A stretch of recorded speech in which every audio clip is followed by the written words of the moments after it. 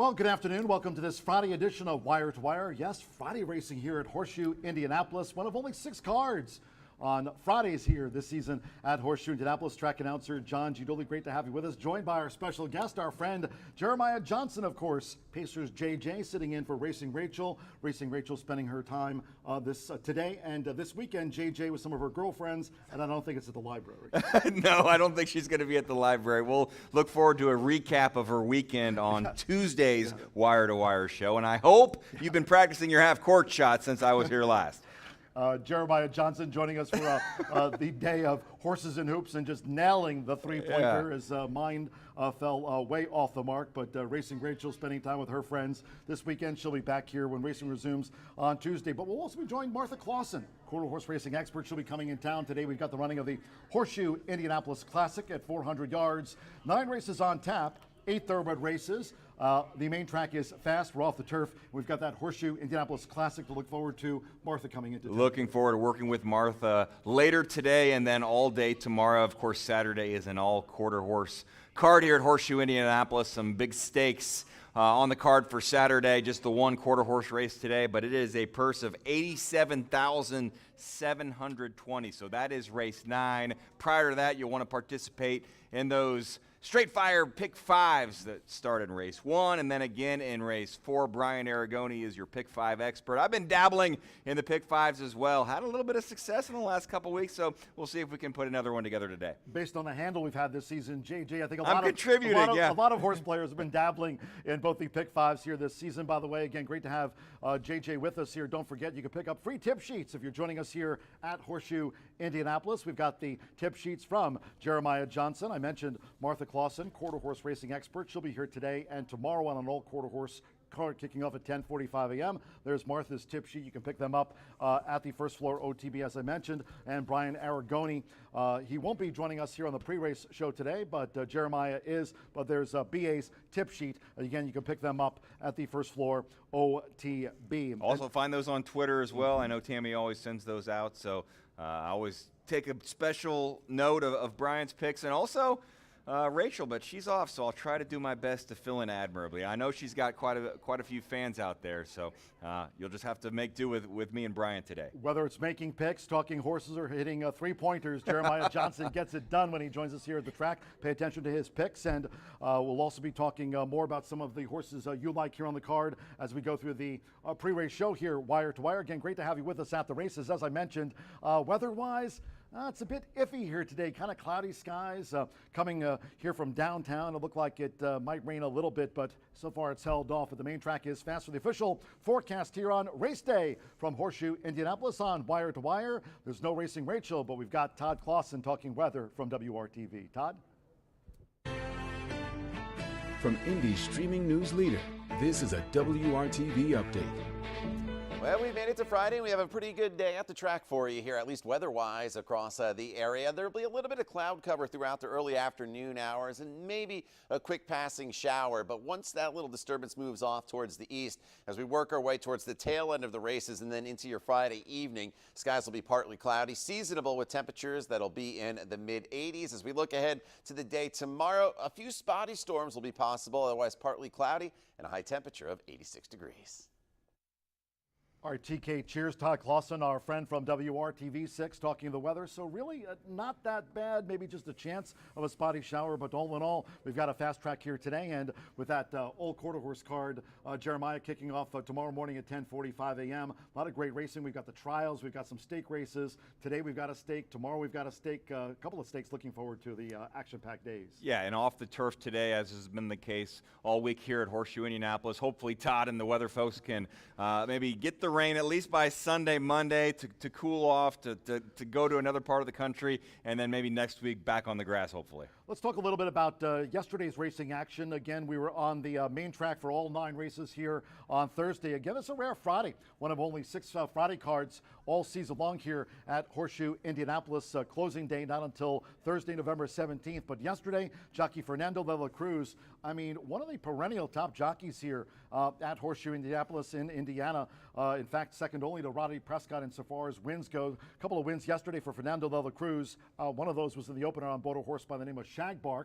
It was a first win for sire Shagath, and Sacred Sky also a winner here yesterday over a 10-year-old veteran, Mr. Manning. That was a good battle. Sacred Sky and Shagbark, a couple of winners yesterday for Fernando de la Cruz. Yeah, and I looked at the card today, and one of the notes that I made in my little folder was I'm expecting a big day from Fernando de la Cruz. So I think he's had some success over the last couple of weeks. He's paired up, which I'll talk about a little bit later, with Gennaro Garcia. Those two are really teaming up with a lot of success. I think it could be another big day for Fernando de la Cruz. Gennaro Garcia tops the trainer standings going into our 9-race program here today. Again, 8 thoroughbred races, and we'll close up with that quarter horse Horseshoe Indianapolis Classic at 400 yards on the fast track, and just a slight headwind. But going into the racing program, jockey-wise, mentioning Fernando de la Cruz, a couple of running doubles this week. Joe Ramos tops the leaderboard on 56 wins going in to the racing card. And Marcelino Pedroza Jr. continues on the mend.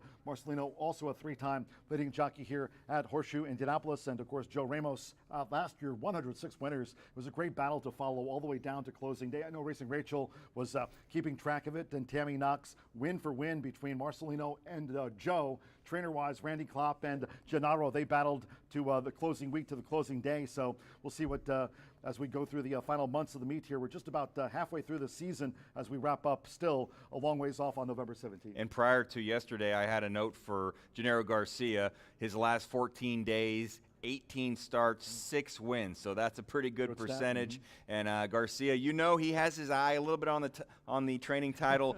We're just past the halfway point, so you still have a lot of time to make up some ground, but it does feel like one of these times where Gennaro Garcia is really heating up, and if you see his name in your past performances, you're making a big Pick 5 ticket. I might advise, if you don't have him on your ticket, take another look and maybe add the Garcia horses. Want to mention, of course, we talk here on Wire to Wire not only about our thoroughbred racing action, but quarter horse wise. Congratulations yesterday, CJ Shake winning the overnight stakes yesterday. Shauna Martin trained Eric Esqueda, often one of our quarter 4 jockeys that we feature here when we have those old quarter horse days. And again, that'll be the case tomorrow with an old quarter horse card kicking off here at 10:45 a.m. But yesterday it was CJ Shake winning the overnight stakes. And today, you mentioned it, Jeremiah, at the top, talking about the Horseshoe Indianapolis Classic, again, 400 yards for the quarter horse feature of the day. Richest purse ever, $87,720.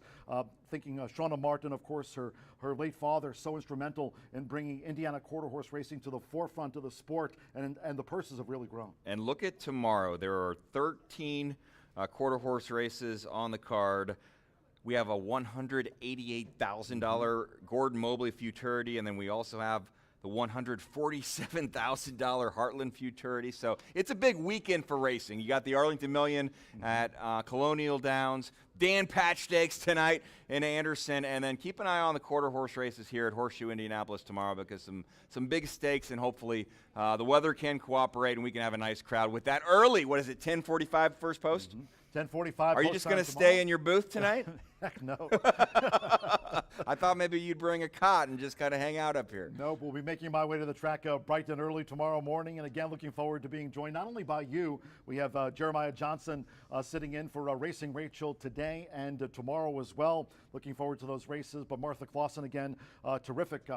A terrific person, quarter horse racing analyst, expert, and Martha making her way from Texas. Hopefully, TK's forecast. Better luck than the last time she made her way here to Indiana. Yeah, that sloppy, wet day that we had to cancel the old quarter horse card. But hopefully, Martha, safe travels here, and we'll get the races in. And we hope to see her later today for that one quarter horse race, race 9. And it's a good one, Horseshoe Indianapolis Classic at 400 yards. We'd like to thank all of our sponsors here in 2023. Cheers to Brown Foreman, Tequila Herradura, and Corbel Breed Development, and of course, High Bar Real Estate Winners Circle.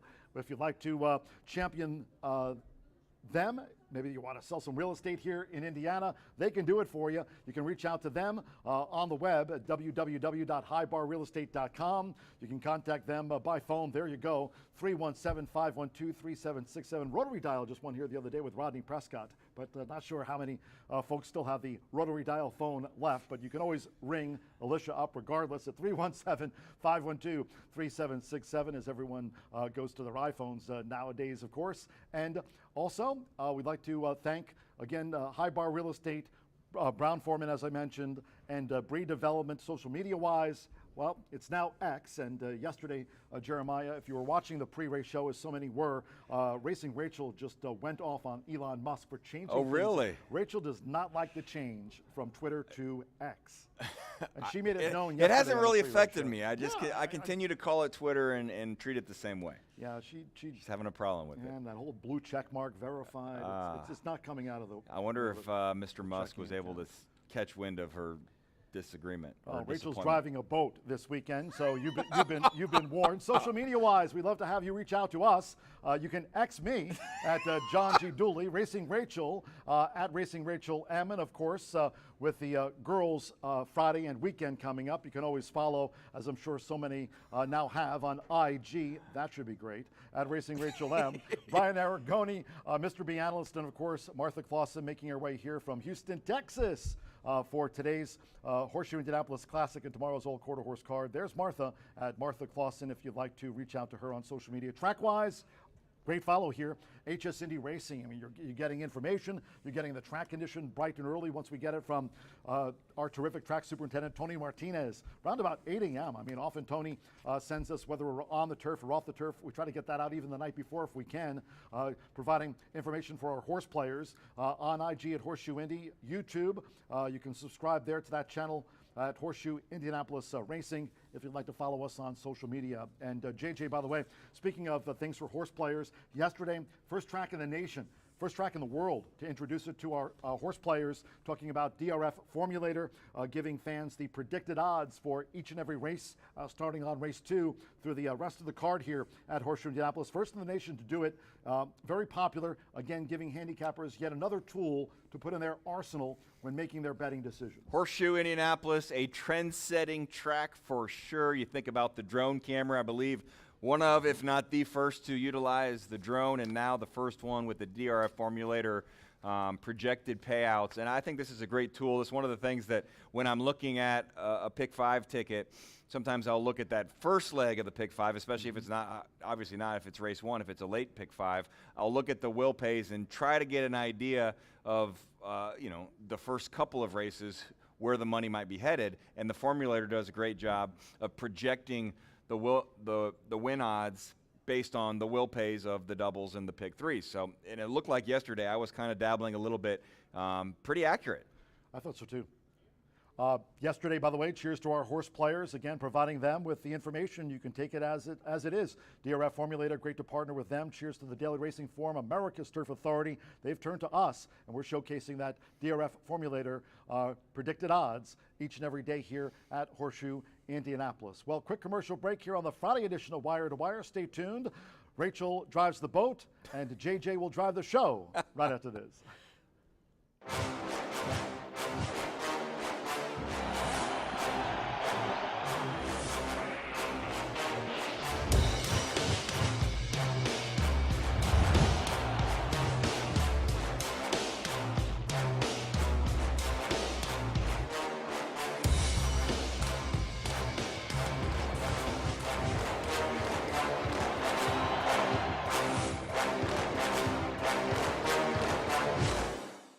With over 200 flavor notes, every sip of Woodford Reserve Bourbon is a spectacle for the senses.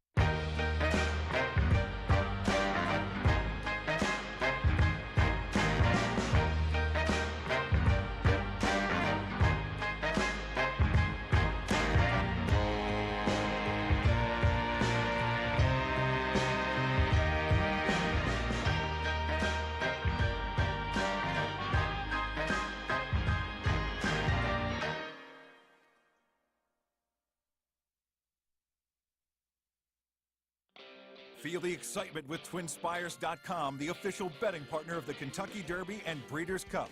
With TwinSpires.com, place legal wagers and watch live horse racing wherever you are on any device. Sign up, play, and win today. New players use promo code FREE100 on sign up to start your $100 bonus. With TwinSpires.com, you can bet on horse racing. Get the TwinSpires.com app to receive special offers and the most up-to-date information. Terms and conditions apply. Void where prohibited. Please wager responsibly.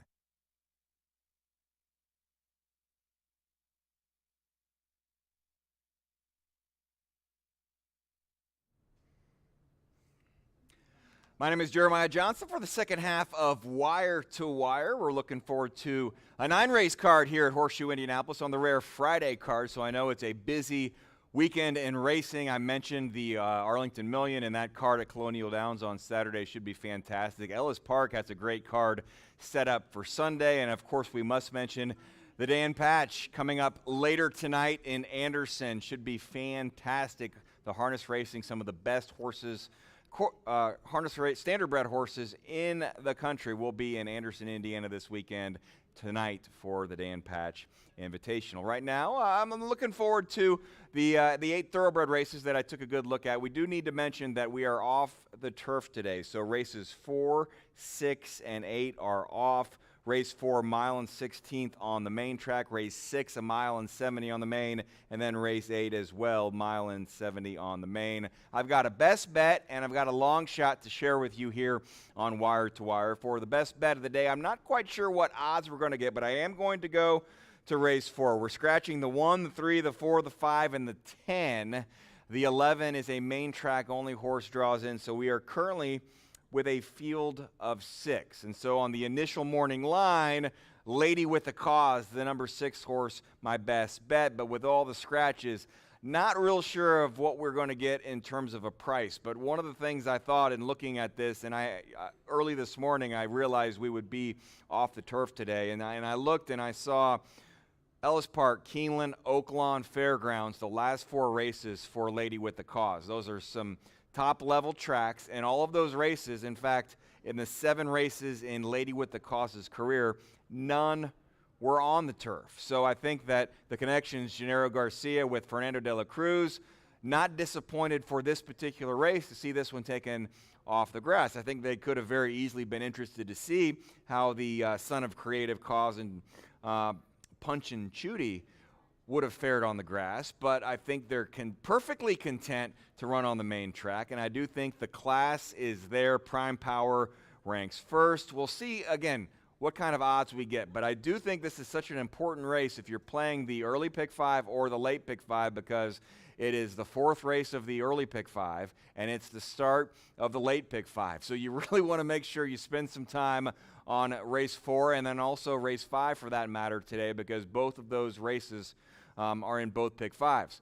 I kind of think for race 4, you could single the 6, but maybe you go 6-11, because the 11 is one that I always want to take a close look at, because this was a main track only horse. This horse was not going to run today, Megan's Noel, if this race was on the grass. Because it's on the main track, Megan's Noel is in. Now, the interesting thing that I wanted to point out, if you're looking at the past performances, Fernando de la Cruz was scheduled for both the 11 and the 6. So he had an opportunity, had to choose which horse he would ride in this race. He is going to stay with the 6, so that puts the 6 just above the 11 in my pecking order. And for the 11, you've got Joe Ramos. And Joe Ramos is obviously leading jockey last year, one of the best jockeys in the Midwest, and certainly here at Horseshoe Indianapolis. And so I took special note the fact that trainer Jamie Grubbs would tap the shoulder of Joe Ramos to ride the 11 Megan's Noel. So I think for your early pick 5 or your late pick 5, go 6-11 and be perfectly content with how things may shake out in race number 4. Once again, that is off the turf, scratching the 1, the 3, the 4, the 5, and the 10. So for my long shot, I'm going to move ahead to race number 7. This is on the main track, and that was how it was scheduled. $38,000 allowance, 5.5 furlongs. And in watching the races this week, especially in the dirt sprint races, you do want to have the ability to get out of the gate. It does seem to be favoring front runners just a little bit, but one of the angles that I always look for here at Horseshoe Indianapolis when I open the past performances is I look at jockeys, and I make note of jockeys that are here riding just one race, maybe outside of the traditional colony. So you know Joe Ramos and Fernando de la Cruz, they're going to have a lot of mounts and a lot of opportunities. Alex Achard is a jockey that I certainly respect, spends a lot of time here, but isn't often riding 4 or 5 horses in a day here. Sometimes Alex Achard will be riding at Ellis Park, but today Alex Achard is riding here at Horseshoe Indianapolis and scheduled to ride just one horse, and that horse is the number 5 Healing Waters, 15 to 1 on the morning line. So when I saw the Alex Achard here to ride one horse angle, and I saw the morning line of 15 to 1, and then I see William Walden, just 6 horses entered this season at this track, 2 wins. I think this horse is well meant. The negative, and the thing you have to take into consideration, and perhaps the reason it might be more of a price, I don't think we'll get 15 to 1, maybe somewhere around 5 or 6 to 1, but I still like that price. This horse has not raced since November 16th. So guessing that is one of the reasons you're getting a little bit more of a price.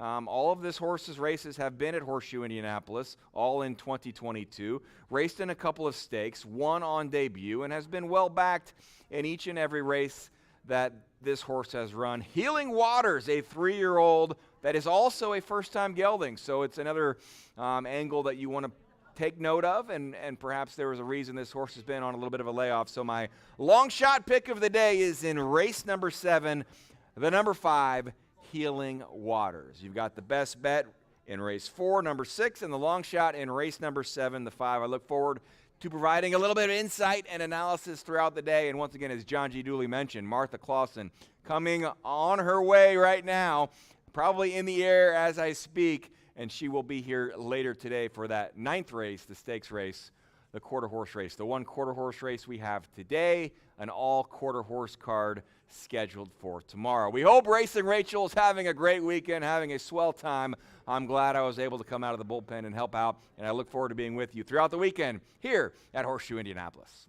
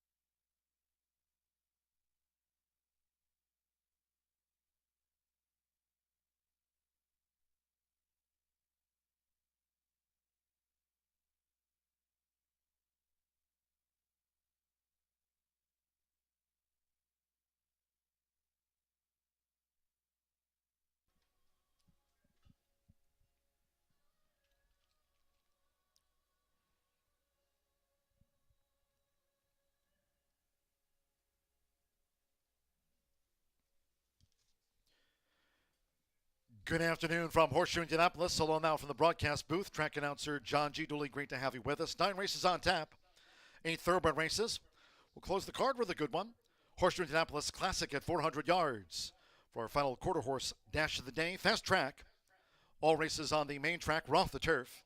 Main track fast. If you have your programs close by, let's take a look at the changes and corrections on today's racing program. Opening Fillies Mare Sprint starts off the 50-cent early pick 5, low 11.99% takeout on both pick 5s here all season long. And from the opener, scratch number 8, She's My Treasure. Number 8, She's My Treasure has been scratched. Fillies Mare Sprint starts the card and the 50-cent early pick 5. Second race, Maiden Sprint to start the 50-cent early pick 4. No changes. Maiden Fillies Mare Sprint race 2, all 6 run. There are no changes in the third. Fillies Mare Sprint due at 3:10 p.m. Third race, no changes. Now in the fourth, this is off the turf. The fourth race will be run over the main track at a mile and a 16th. Starts the 50-cent late fire pick 5. Once again, low 11.99% takeout on both pick 5s. And here, scratch 1 Ultimate Mission, 3 Luminist. Take out the 4 Fast Gal, 5 More Than Glory, and scratch the 10 Miss Brightside. Number 11, Megan's Noel draws in, and the jockey Joe Ramos. Joe Ramos on 11, Megan's Noel. Race 4 off the turf, main track at a mile and a 16th. Scratch the 1-3, 4-5, and number 10. Also a jockey change for the 2 West Coaster to point out. The rider, the all-time winningest jockey here, Rodney Prescott. Rodney Prescott had a win on Thursday's card. Will partner here the 2 West Coaster, 4th race main track over the mile and a 16th fast. The 5th race maiden mile starts the 50-cent late pick 4. And as you see, no changes. Maiden mile, all 7 run at 4:10 p.m. To the 6th race we go. Another taken off the Caesars course here. Main track over the 1 mile and 70 yards for race 6. Scratch from the off the turfer. The 2 Face Value. 3 Connect Me. 4 Libertango. Scratch 6. Maintainer. And number 10 Fix It with Forward has also been scratched. 13 Vintage Vinyl draws in. Entered as a main track only by Randy Klopp.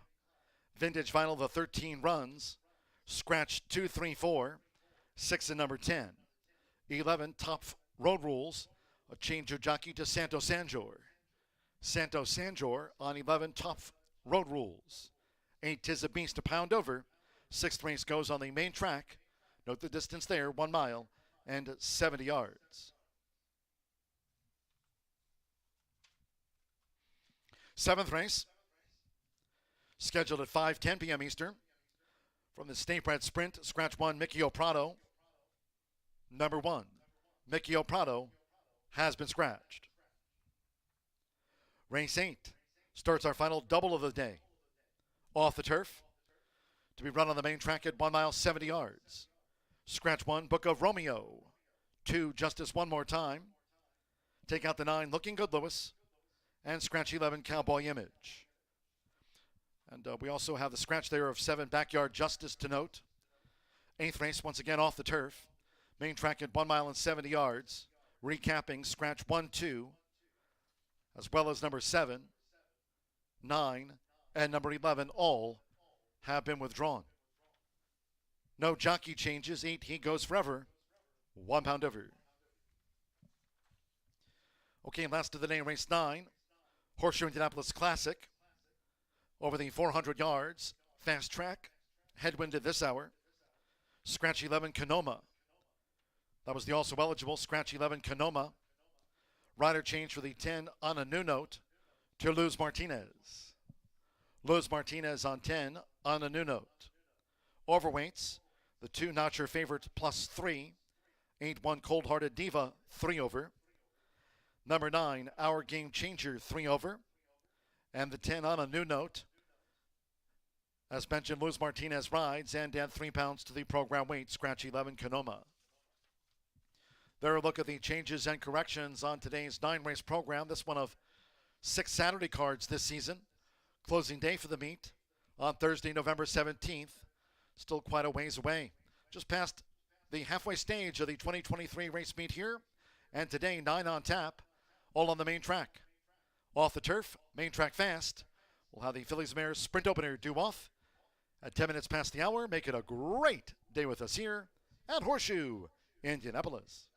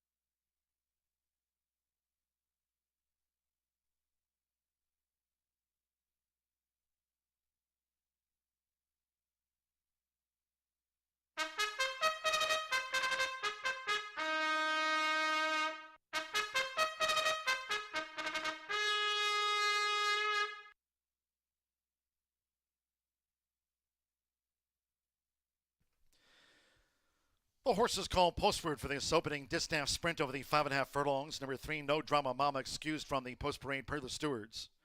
No Drama Mama, number 3, was first to step on. Fast Track. This fillies and mare sprint over the 5.5 furlongs. Scratch the 8, She's My Treasure. Take out that mare. 8, She's My Treasure, has been scratched from the distaff sprint opener. Race 1 of our 9 today. Exacta, Trifecta, Superfecta. Double pick 3 and starts at the 50-cent early pick 5 here with the low 11.99% takeout on both pick 5s here all season long. On parade, Fast Track, 3 minutes to post time. Once again, we're off the turf today. All races over the main track fast. 3 minutes to post time, due at 2:10.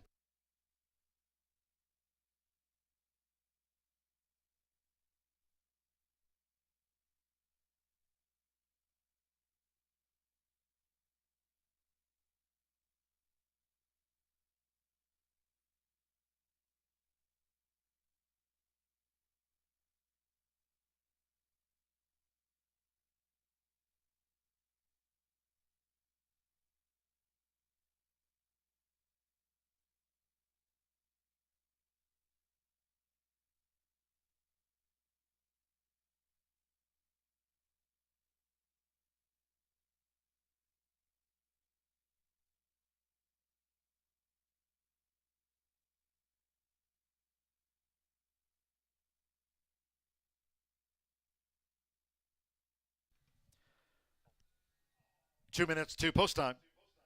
2 minutes.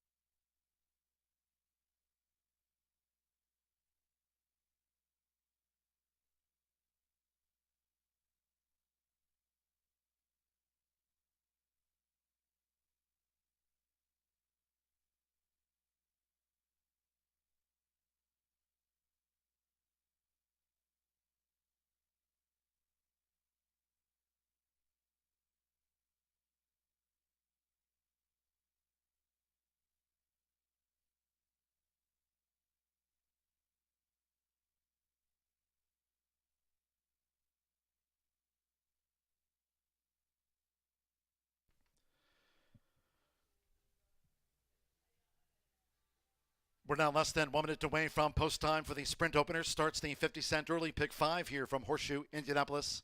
Racing over a Fast Track today. Due off now at 2:10.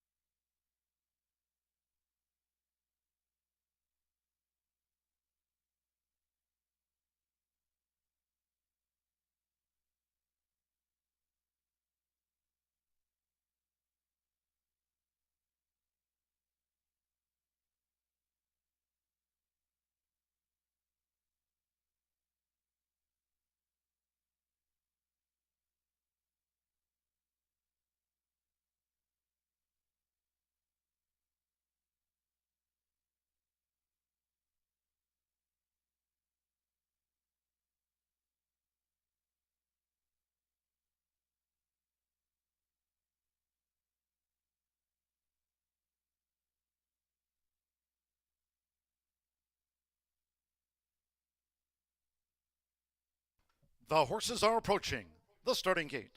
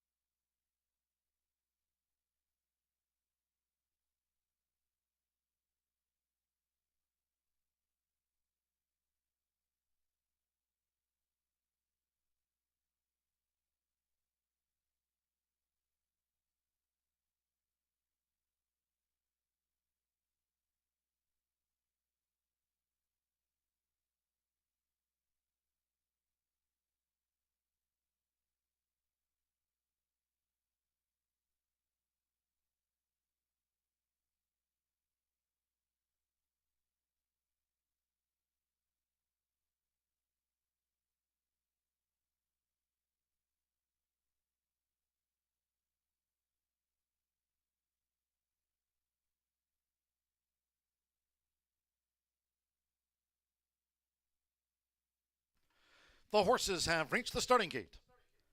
It is now post time. They're going in. Rodney Prescott with Love Drunk. Orlando Mejica, Irish Tap in the Navy Silks has joined Love Drunk. Santo Sanjor with Travel Spirit. We're loading up at 5.5 furlongs. Now Rapid Justice. McKenna Anderson claims the 7-pound apprentice allowance. Rapid Justice went in well. Josh Morales with She Ran Up the Amex, given a 43-1 chance. Irish Tap 8-5. It's the first favorite. Now Simmer Bermudez with No Drama Mama. Stand by one more. Fernando de la Cruz with Milk Money. All 9 races today on the main track.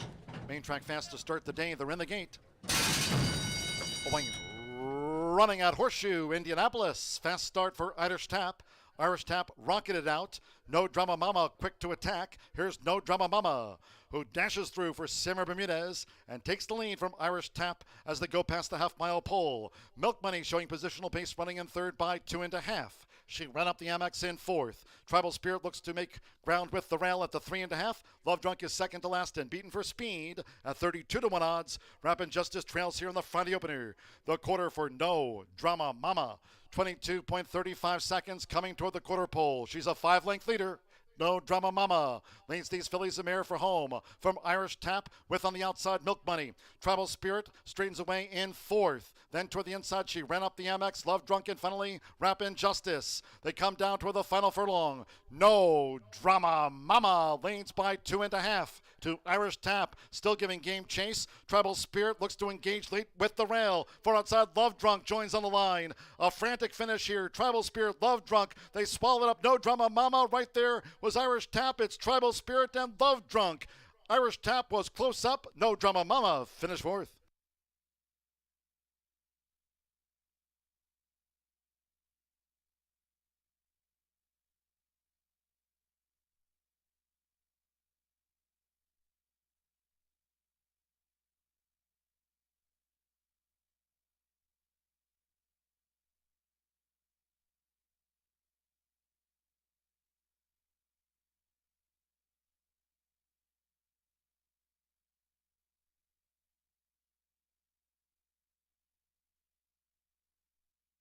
.105.73 after the opening Phillies mare sprint. 105.73 fast. 2-1-4-3 the order. 2 Tribal Spirit at 5-1 gets up on the line. 1 Love Drunk at 7-2 did not miss by much.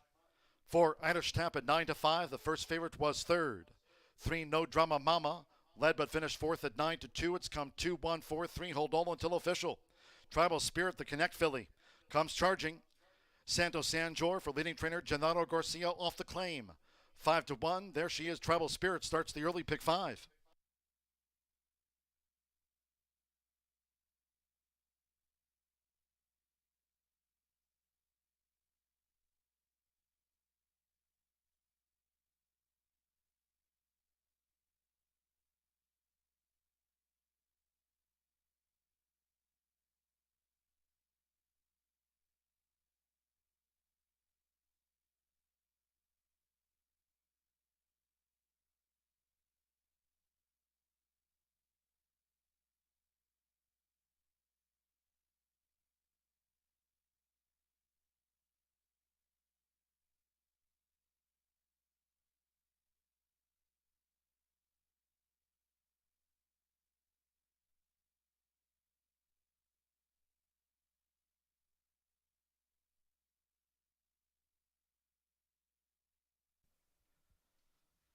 Returning to the high bar real estate winner's circle is the 2, Tribal Spirit. Came up the rail to prevail for Santos Anjor. Tribal Spirit is a 3-year-old chestnut filly by Connect. Out to the painter mare, Acquainted, bred in Kentucky by Paul Pompa Jr. Racing for leading trainer Genaro Garcia's Southwest Racing Stables Incorporated. A 43rd win here this season for Genaro Garcia. Comes with Tribal Spirit, rallies at 105.73, and race 1 is official. First results in. Good finish to the Distaff Sprint. 2-1 Exacta, $57.80. 50-cent trifecta, 2-1-4, paid $52.60. With No Drama Mama 4th. 10-cent superfecta, 2-1-4-3, returned $34.08. In the opener, the 8 was a non-runner. Favorite, 3rd. 7 ran, fast track 105.73 after the running of the 2:10 opener. No changes in the second race. Mid and Distaff Sprint, no changes, all 6 run. Race 2 of our 9 today with Exacta, Trifecta, Superfecta. Double pick 3 starts at the 50-cent early, pick 4, fast track. Post time will be in 19 minutes off at 2:38. In all cases, please do make your selections at Horseshoe Indianapolis wagers early. Thank you. Coming up in just a moment will be our first replay of the day of the Fillies and Mare Sprint. Hope you had a bet on Tribal Spirit.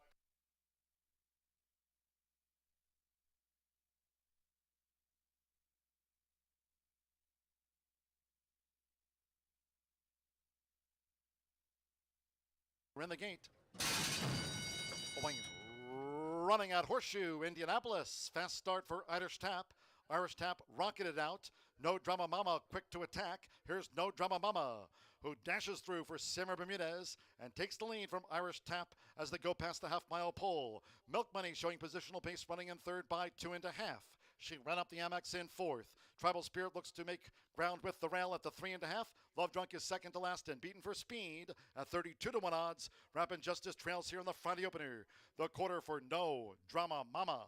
22.35 seconds coming toward the quarter pole. She's a 5-length leader. No Drama Mama leads these fillies a mare for home. From Irish Tap with on the outside Milk Money. Tribal Spirit straightens away in 4th. Then toward the inside, she ran up the Amex. Love Drunk and finally Rapid Justice. They come down toward the final furlong. No Drama Mama leads by 2.5 to Irish Tap. Still giving game chase. Tribal Spirit looks to engage late with the rail. For outside, Love Drunk joins on the line. A frantic finish here. Tribal Spirit, Love Drunk. They swallowed up No Drama Mama. Right there was Irish Tap. It's Tribal Spirit and Love Drunk. Irish Tap was close up. No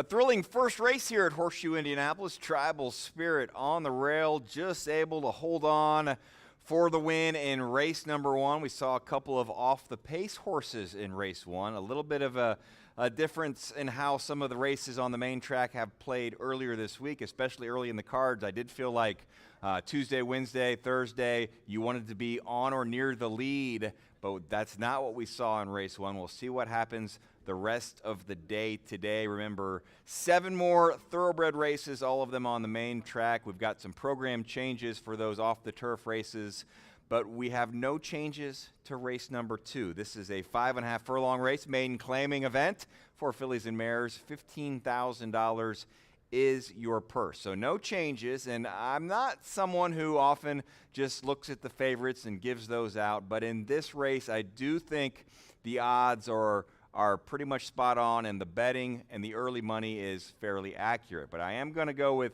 maybe not the favorite on top. Let's take a look at my selections. My top pick here for race number 2 in this field of 6 is going to be the 6-horse Angel in Disguise for Tim Gleishaw, jockey Fernando de la Cruz. On Wire to Wire earlier today, I said I think it could be a big day for Fernando de la Cruz. He did not win race 1, which I thought he had a good chance, but I'm going to say at least a riding double, maybe a hat trick, and maybe he gets into the High Bar Real Estate winner's circle here aboard the 6-horse Angel in Disguise. Now, in a race like this, I want to kind of eliminate horses that are in for a tag on their first start. So I took Little Miami, the 1 horse, 17-1. I eliminated that. And I don't love horses that have had 12, 13 opportunities to visit the winner's circle and have yet to have success. More on one of those horses in just a bit. But I think for Angel in Disguise, this is a kind of horse I like, where a number of races in maiden special weight company. You've seen some maiden claiming events with some success or close to success. No real success because you didn't enter the winner's circle, but just look at the last race for Angel in Disguise, July 20th here at Horseshoe Indianapolis, a maiden claiming $10,000 event, finished second by less than a length, by 1/2 of a length, and that speed rating, I think, could be enough to win this race here today. I think Fernando de la Cruz with Tim Gleishaw, those two can work together. I think they'll try to get near the lead from that outside post and then try to hold on down the stretch. Worth noting, that solid last race, July 20th, was on a sloppy track, and we're on a fast track today. So that could be reason to maybe spread your ticket out just a little bit. I don't have great confidence in Angel in Disguise, but that is my top selection in this race. The current favorite at 6-5 was 9-5 on the morning line, and we'll check the DRF formulator projected win pays in just a little bit. But a very likely favorite is Nixa. Tony Granite's the trainer, Sammy Bermudez, and this is one of the past performances when I look at a race like this, I immediately circle, because this horse has had 3 opportunities to win. All of them were challenging races, all maiden special weight, all here, of course, at Horseshoe Indianapolis. And the first 2 races of the career finished 3rd. You like to see that. And well bet. First race 6-1, the favorite in its second career start at 5.5 furlongs. And then worth noting, July 7th, the most recent race for Nixa, not a good performance, finished 5th by over 6 lengths, but that was 1.70 miles. So perhaps that distance is just a little bit too much for Nixa. Going to get back to the sprint race. And I think with Sammy Bermudez aboard now 4-5, we'll check the DRF formulator. I think they're projecting even money. If you can get even money, maybe this is one of those times early in a card you just swallow your pride just a little bit and either start a pick 4, singling the 2, or maybe you make a large win bet, perhaps, because I think Nixa has a very good shot. I just didn't want to put him on top of my ticket. In third, I've got the 3-horse Woo Woo Girl. There you see Woo Woo Girl in the paddock with McKenna Anderson aboard. Just a quick thought on Woo Woo Girl. 14th lifetime start. This horse has had a number of opportunities in the maiden claiming ranks and not been able to experience success. I will say, though, the last 2 starts are promising and perhaps a step forward with some solid speed figures. Second or third in 3 of her last 4 starts. And so Woo Woo Girl, to me, with that experience edge and with some decent speed figures, should be in the trifecta. I just wouldn't have any confidence in putting Woo Woo Girl on top. I think it's a 2-horse race. I think it's either the 2 or the 6 here. But I mentioned the DRF formulator. This is something that was started yesterday here at Horseshoe Indianapolis, the first track to show this on the racing coverage. And what they'll do with every race, with the exception of race number 1 throughout the day, we'll show this 2 or 3 times to give you a good idea of what the odds are, not just now, that's what the tote would say, but the projected odds near post time. It's not going to be 100% accurate, but it's going to be pretty close, and it was really close yesterday when I was monitoring, and this is based on the will pays of the doubles and the pick 3s. So Nixa very likely will be right around even money at post time, and you should expect somewhere between 2-1 and 3-1 for Angel in Disguise. Those are the 2 most likely winners here in race number 2. We wish you the best of luck and hope you're having a great Friday out there at Horseshoe Indianapolis.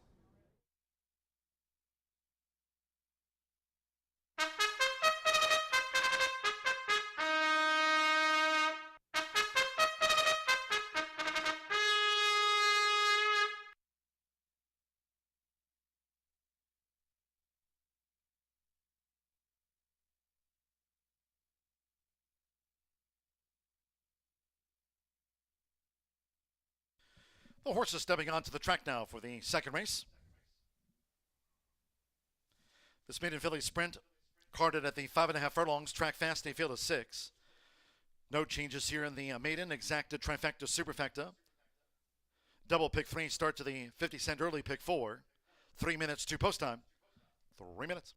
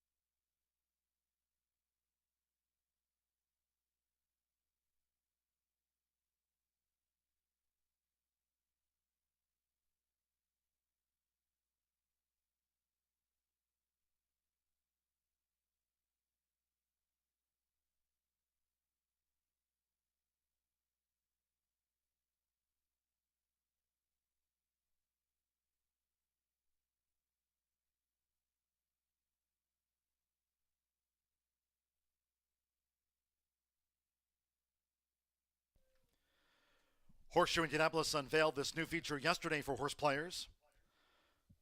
DRF formulator projected odds, showing the projected odds for this upcoming maiden filly sprint, as well as the current odds with 1 minute to post time, giving horse players more information to help make their final decisions on races here at Horseshoe Indianapolis.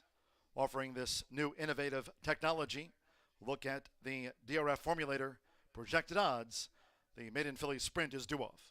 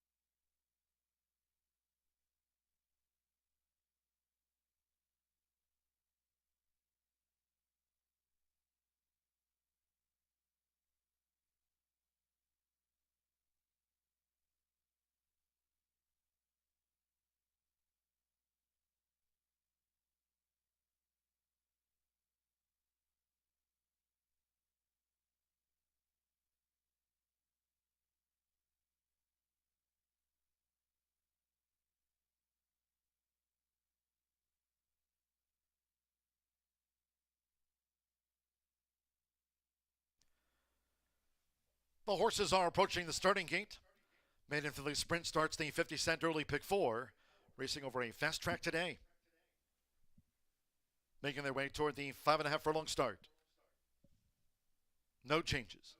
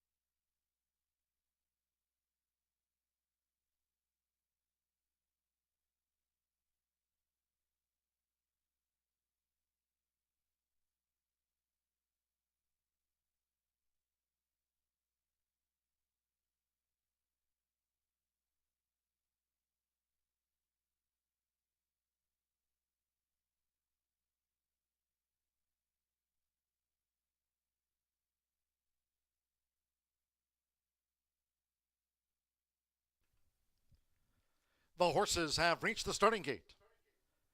It is now post time. Loading in front of starter Ray Kuick. Alberto Burgos, Little Miami debuts. Air Horse 1 drone view. Little Miami first in. Now Sammy Bermudez with Nixa. Eva Money on the Daughter of Palace. Nixa joins Little Miami. McKenna Anderson with Woo Woo Girl. Woo Woo Girl went in well. Josh Morales with Icy Angel. Black Silks with a red cap. 4-5 Nixa. 5-2 Angels in Disguise. And 5-1 Woo Woo Girl. Icy Angel given a 7-1 chance. Now Orlando Mexico with ZNZ. Another Palace filly in here. One more. Fernando de la Cruz and 9-time started Angels in Disguise. The opener went in 105.73. Fast track seconds of the day. They're in the gate. They're off and sprinting. Nixa was a bit slow to go. Fast start for Woo Woo Girl in the purple silks with Icy Angel and Angels in Disguise. Tossing that white cap into the ring as they chase Woo Woo Girl, who has the speed to lead for McKenna Anderson. In her 14th run, Woo Woo Girl took the top as they head toward the far turn. Angels in Disguise is nosed into second from Icy Angel as they round the far turn. Little Miami in the green cap joined on the outside by Nixa and ZNZ Trails. The quarter 22.38 seconds. These maiden fillies making their way toward the quarter pole, aiming for Woo Woo Girl. Angels in Disguise starts her move now for Fernando de la Cruz. Angels in Disguise has swept to a short lead from Woo Woo Girl. As they turn for home, Icy Angel and Nixa on the far outside. We draw back to Little Miami and finally ZNZ. Angels in Disguise in the final furlong and a half. And here comes Icy Angel. Icy Angel has taken the lead for Joshua Morales with on the outside Nixa. They're close to the finish. It's Icy Angel. Icy Angel, Nixa, Angels in Disguise, Woo Woo Girl fourth. Icy Angel scores the winning run by 3. 4-5 favorite Nixa was second from Angels in Disguise, then Little Miami from Woo Woo Girl. And ZNZ was last to the sextet.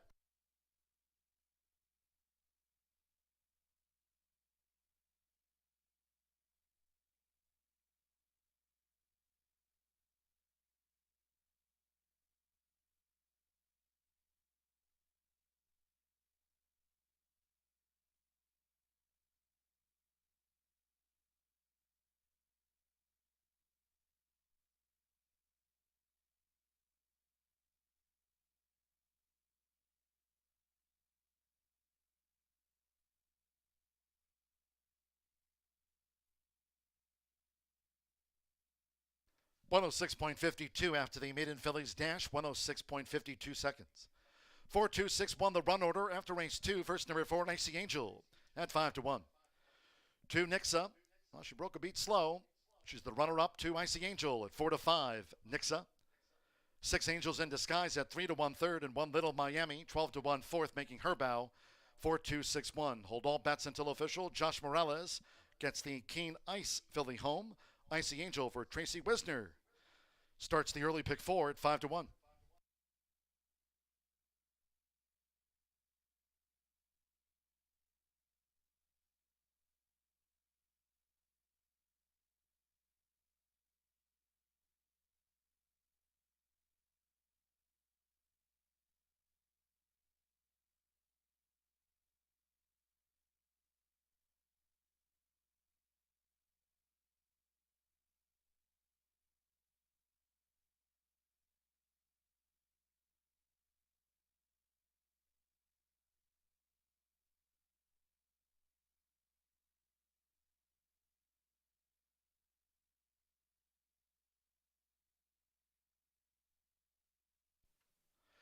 The winning groom leading into the high bar real estate winner's circle. There she is, the 4 Icy Angel with Joshua Morales. Icy Angel is a 3-year-old bay filly by Keen Ice. Out of Wine Halo by Snappy Halo, bred in Indiana by John and Mackenzie Holcomb. For Tracy Wisner Racing LLC, Tracy Wisner trains as Icy Angel is out to the maiden ranks at 5-1.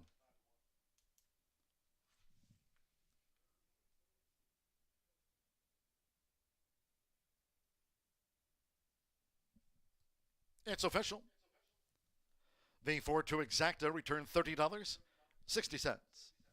50-cent trifecta, 4-2-6, $24.25. 2 and 4 the opening double, 143.20. With Little Miami fourth after making her bow, 10-cent superfecta of 4-2-6-1 returned $28.57. And the maiden filly sprint, favorite, second. All 6 ran, 106.52. Third race, next distaff sprint, no changes, all 7 run. No changes in our third of the day. Exacta, trifecta, superfecta, double pick 3, post time in 20 minutes at 3:07.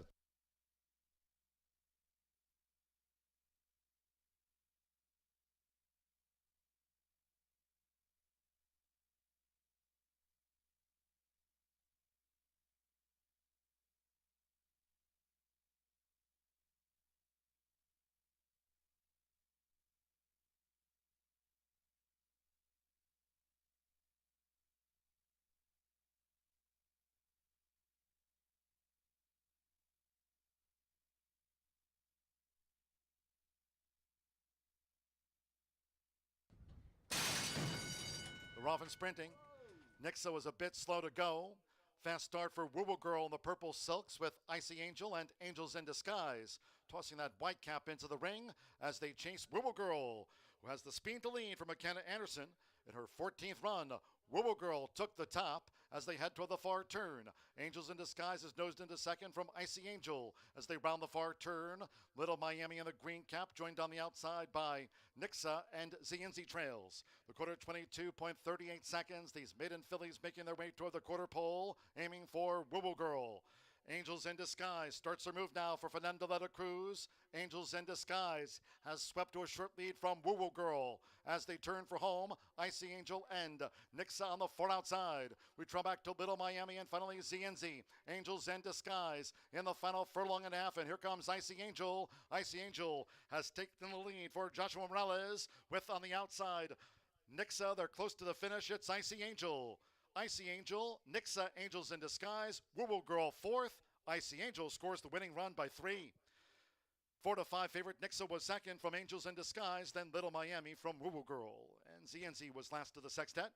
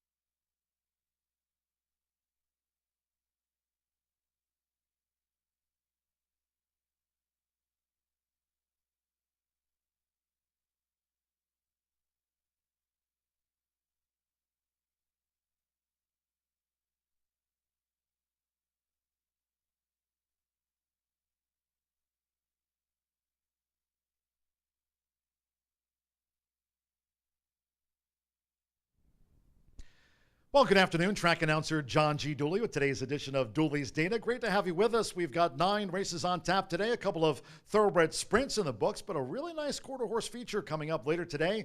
We're happy to have quarter horse racing expert Martha Clausen. Just said hi to Martha here in the AV studio. Great to have Martha fly in from Texas for today. And of course, an all quarter horse day tomorrow kicks off at 10:45 a.m. But getting back to our quarter horse feature, that's the 9th, the Horseshoe Indianapolis Classic at 400 yards. Classic name, classic distance for those quarter horses. And at this hour, the track is fast and a slight headwind. But talking about our quarter horse feature, let's talk about the race itself. Feature race here today for the quarter horses, the Horseshoe Indianapolis Classic, one of the oldest quarter horse races here. It started in the inaugural season back 20 years ago. The race has grown from a $20,000 purse to its richest yet this year of $87,720. And of course, we think of all the influence Paul Martin had on the quarter horse racing here in the state of Indiana. In fact, his daughter Shauna Martin, HHCJ Shake, won the overnight stakes yesterday under jockey Eric Esqueda. So Shauna, if you're listening, congratulations on your overnight stakes quarter horse win yesterday, and we're all here thinking of your father with the big Horseshoe Indianapolis Classic coming up here tomorrow. Last year's winner on a new note is back to defend his title from post 10.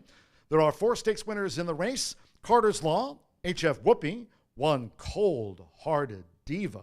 And on a new note, speaking of HF's Whoopee, Edgar Diaz, the only jockey that has won the Horseshoe Indianapolis Classic here among the horses taking part in tonight's feature for the quarter horses, HF Whoopee with Edgar Diaz. Claudio Barraza and Ricardo Martinez, they're the only trainers that have won this stakes. The current name is the third name change. It started out as the Indiana Downs Classic, then the Indiana Grand Classic in 2013, and last year changed again, just like our name, Indiana Downs, Indiana Grand, Horseshoe Indianapolis. The Horseshoe Indianapolis Classic in 2022, and that'll be run today. Richest purse ever for one of the oldest quarter horse races here. They're running tonight for that purse of $87,720. Really looking forward to it. We'll wrap up the card here today, one of our few. In fact, only 6 Friday cards at Horseshoe Indianapolis this season. Today's one of them, and we get to watch the Horseshoe Indianapolis Classic for those quarter horses. They'll dash 400 yards later today. And guess what? Martha Clausen. She's here from Texas, too.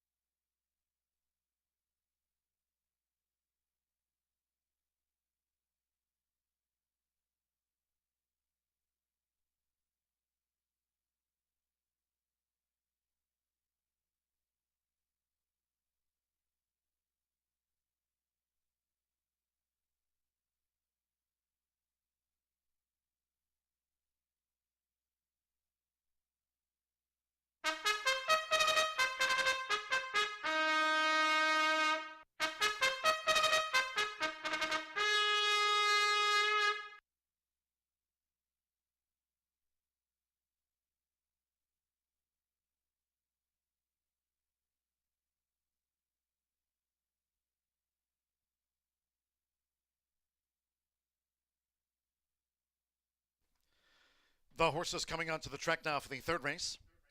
This filly's mare sprint over the 5.5 furlongs, a field of 7. No program changes. On parade, all 7 run. Fast Track.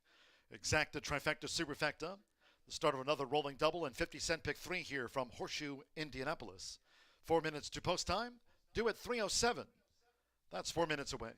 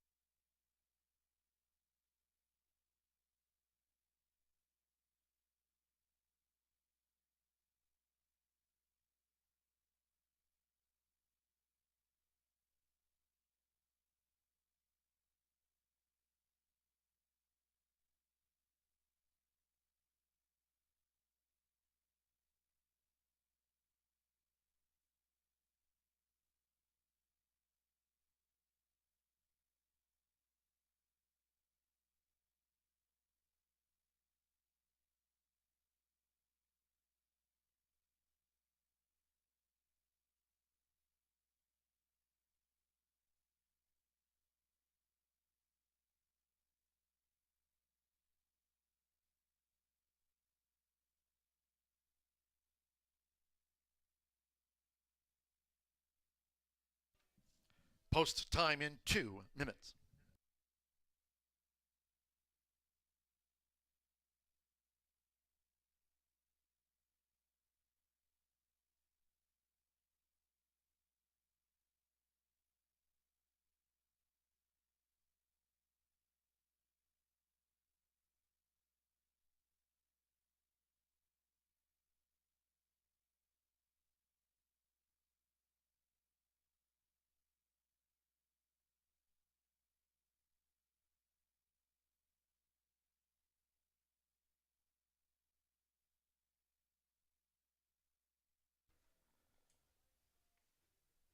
We've now drawn to within 1 minute to post time for this filly's mare sprint. All 7 run. Fast Track. You have 1 minute.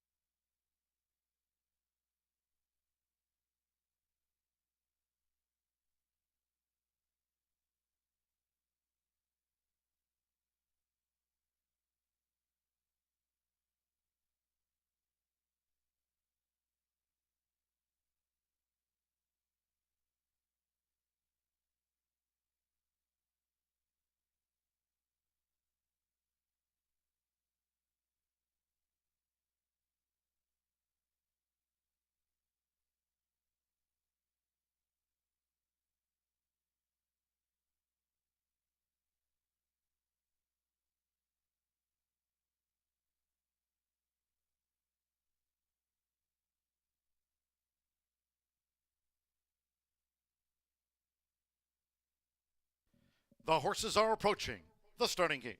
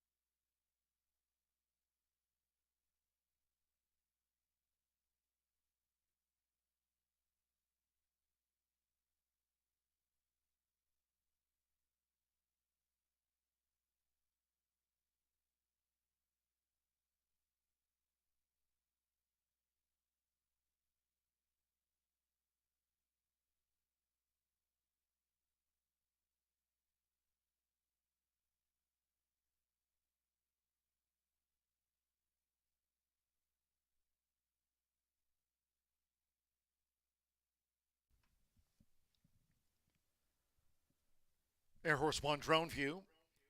The horses have reached the starting gate. It is now post time. They're going in. Orlando Hika with Deep Dish. Samuel Bermudez, Easy on My Eyes coming up.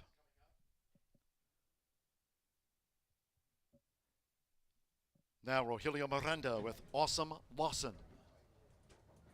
Joe Ramos with Wild Tappet. Tattered Heart 2-1 favorite.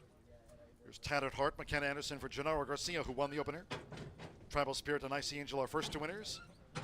Fernando de la Cruz, Incredible Justice in the pink, and one more. At 5.5 furlong, Sweet Ginger, Brooke Bays claims the 10-pound apprentice allowance. We'll take charge mare Sweet Ginger, given a 27-1 chance. Tattered Heart, 2-1 favorite over the 5.5 furlongs. All in line.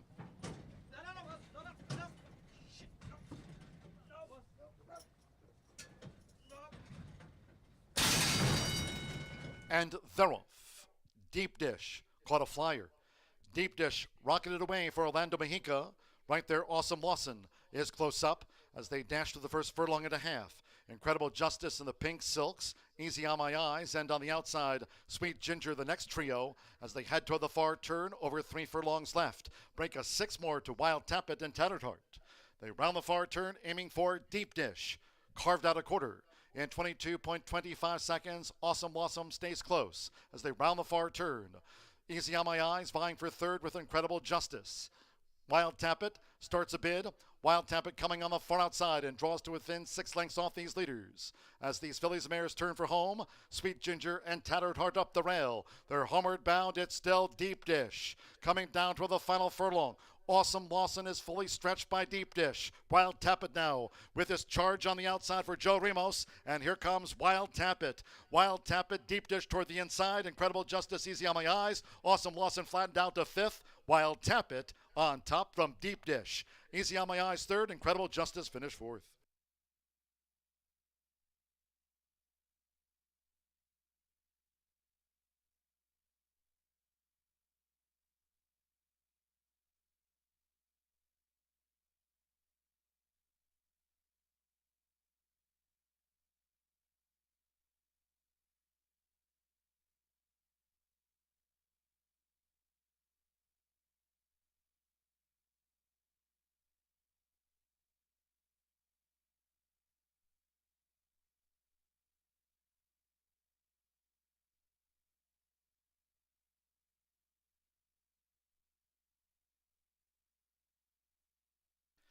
.105.83 after the fillies mare sprint. 105.83 seconds.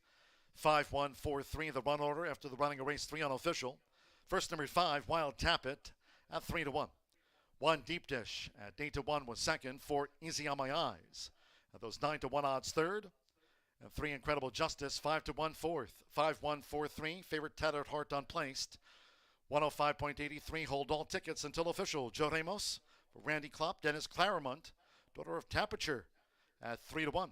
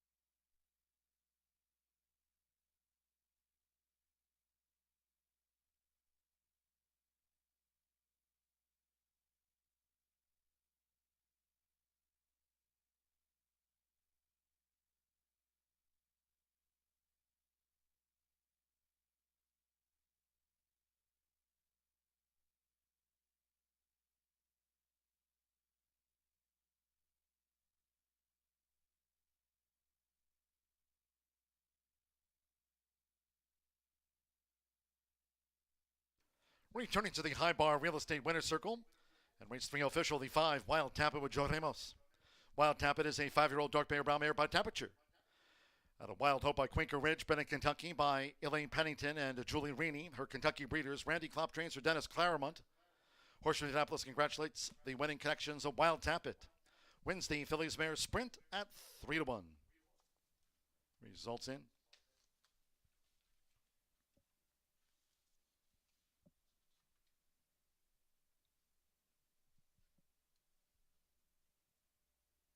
The 5-1 exacta returns $74. 50-cent trifecta, 5-1-4 and even $139. 4-5 double paid $69.60. The first pick 3 of the day after the sprints. 2 with the 4 with Wild Tap at the 5. 50-cent pick 3, $118.30. With Incredible Justice 4th, the 10-cent superfecta. 5-1-4-3 paid $66.50. All 7 ran 105.83. Fourth race off the turf. Move to the main track over the mile and a 16th. Scratch 1 Ultimate Mission, 3 Luminist, 4 Fast Gal.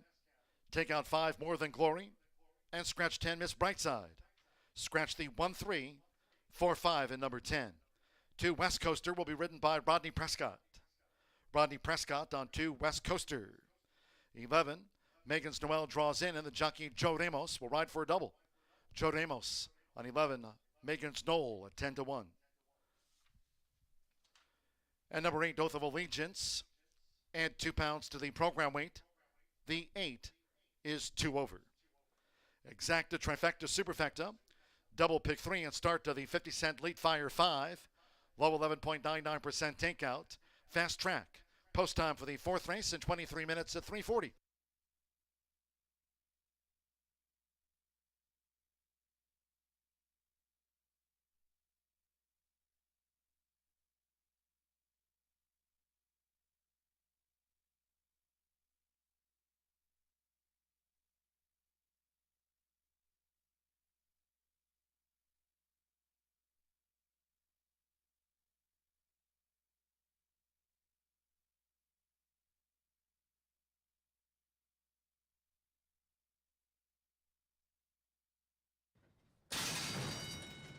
And they're off.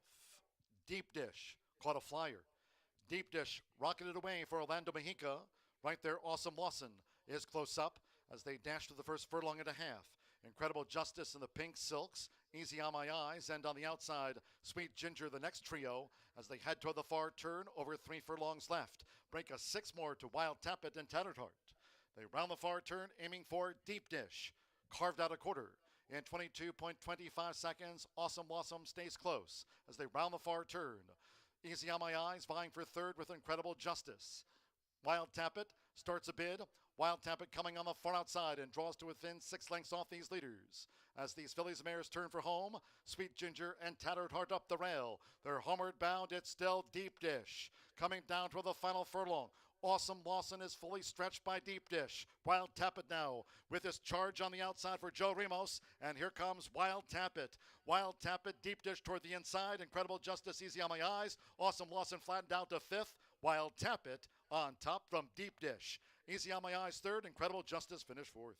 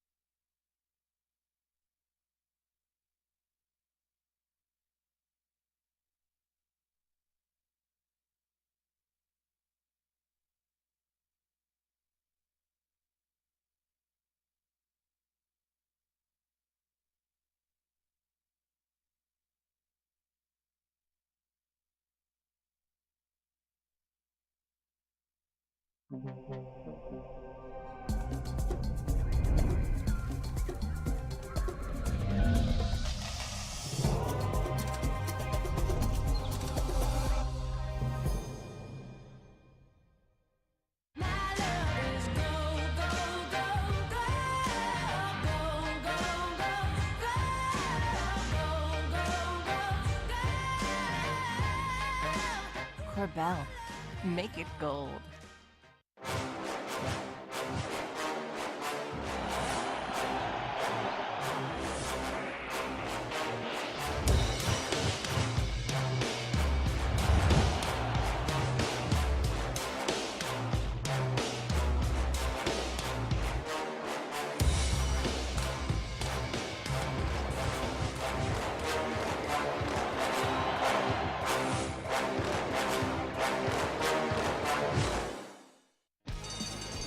Live thoroughbred and quarter horse racing going on now at Horseshoe Indianapolis. Get up close to the action every Tuesday, Wednesday, and Thursday afternoon. Every Saturday now through August, head to the track for special events, contests, food trucks, giveaways, and fun for the whole family. Free parking and free general admission at Horseshoe Indianapolis, located off I-74 at exit 109 in Shelbyville. Visit our website for more info or find us on Twitter at HSIndyRacing.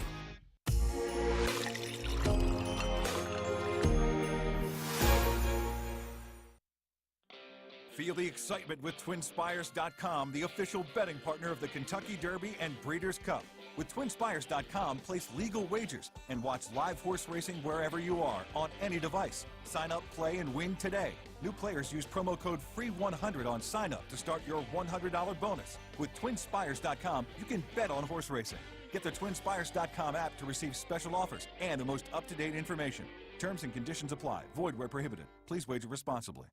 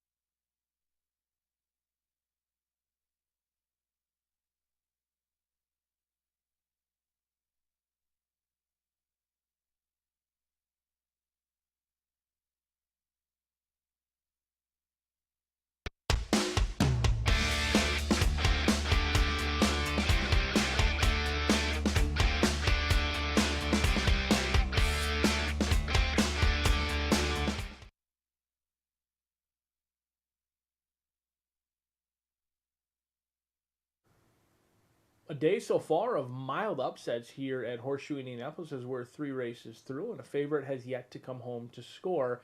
We had a 5-1 winner, another 5-1 winner, and then last race 3-1, a big overlay in here. So a day of beaten favorites thus far, as we are about a third of the way through the Horseshoe Indianapolis card on a Friday here of racing. This was the first race that was scheduled to be on the turf course. We are off turf throughout the entire week here at Horseshoe Indianapolis. Hopeful to get back on that beautiful turf course of ours next week. Scratch numbers 1, 3, 4, 5, and 10 out of this event. Now move to the main track, and with that, the distance 1 mile and a 16th as well. And if you're looking at those DRF projected odds in here, they really have this narrowed down to a 2-horse race between number 6, Lady with a Cause, as well as number 8, Oath of Allegiance. And I happen to fancy those two as well. I think on paper it does look like those are two horses that are strictly the 2 to beat. Lady with a Cause going to be my top selection in here.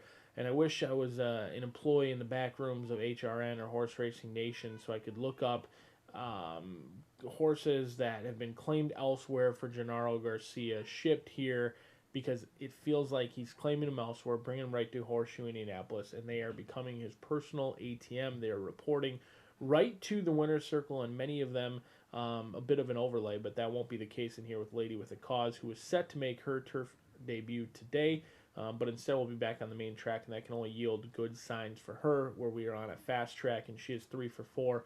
In the exacta, goes out for Gennaro Garcia for the first time.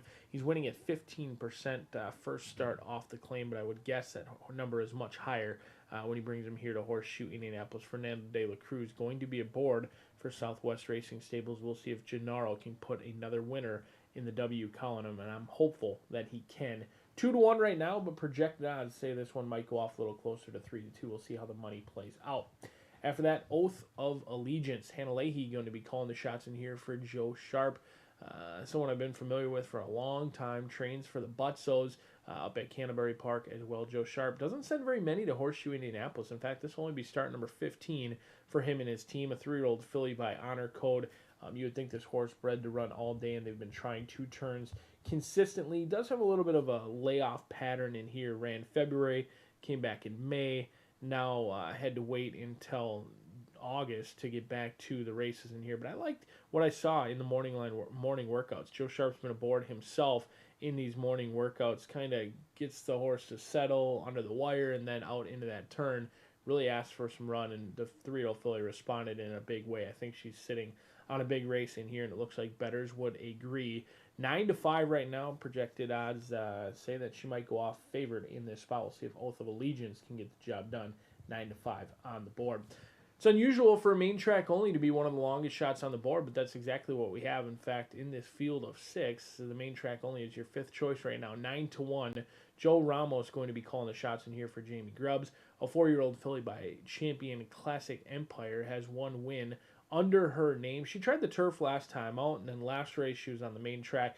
A, it was against tougher competition at the allowance level, and B, it was won by Stellar Lady, who went off at 1-9, shipped in from Churchill Downs, and then also, I believe, ran in the Oaks this year. Not just any Oaks, the Kentucky Oaks as well. So really tough to make any waves or any decisions on how this horse has done since being claimed for $12,500. The main dirt race was won by a heavy-backed favorite who ran away and hid that day, and then last time out they tried the turf. Gets some class relief today, does draw the eye of our leading rider in Joe Ramos, and very rarely you'd be kicking yourself to leave a main track only out of your tickets, and all of a sudden they come home to score. 6 minutes away, we'll kick off the Late Fire 5. We'll take a look at the Late Fire 5 ticket right now. I know in that early pick 5 still alive, hoping to get that single home in number 6, Lady with a Cause. But in the Late Fire 5, we're actually going to spread out a little bit in here, go a little bit deeper than we did in the early pick 5. We'll go 2, 6, 8, and 11. Hopefully that main track only can come home to score if the favorite doesn't. And then the last and final is going to be the key race for us. The single comes in the Thoroughbred Finale, race number 8, another off-turf event, 1, 2, 7, 9, and 11. My pick didn't change. I thought Corona Grande was the class of this field, regardless of the surface. Gennaro Garcia, Santos Sanger. What could go wrong? I'm singling our leading trainer in both the early pick 5 as well as the Late Fire 5. I see why not. 3-2 on the board right now. And your current favorite in Corona Grande going to be all of 4-5 or lower when it's all said and done. We'll see if we can't navigate this 11.99% takeout pick 5 right out here at the Shoe on a Friday.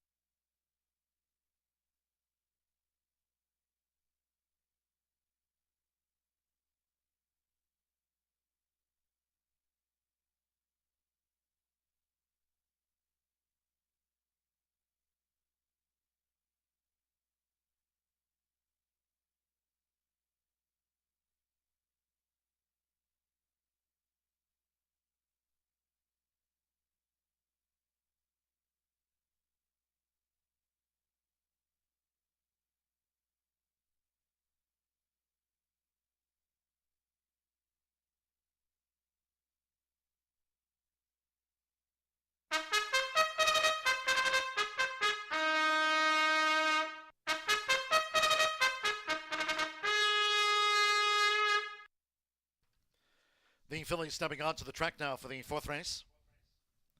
This taken off the turf. Our fourth of the day on the main track fast over the mile and a 16th. Scratch 1 Ultimate Mission, 3 Luminist, 4 Fast Gal, 5 More Than Glory, and 10 Miss Brightside. 2 West Coaster, change of rider to Rodney Prescott. They're on parade. Rodney Prescott's on the 2. West Coaster. 11 Megan's Noel, the rider Joe Ramos riding for a double. Joe Ramos meets leading jockey, partners 11 Megan's Noel. The 8 Oath of Allegiance, 2 pounds over. Exacta, Trifecta, Superfecta. Double pick 3 starts at the 50-cent late fire pick 5, low 11.99% takeout.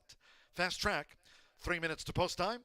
Due at the mile and a 16th. Main track start in 3 minutes time.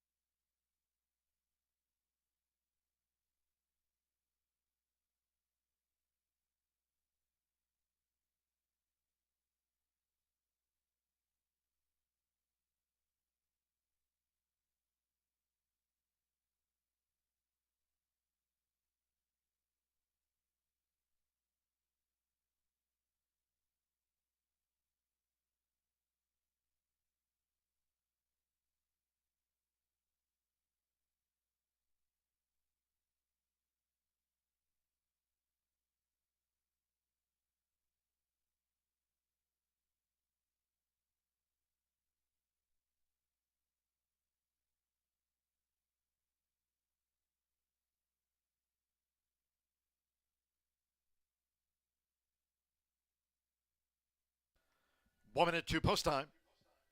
Starts at the 50-cent late fire 5. Fast track. You have 1 minute.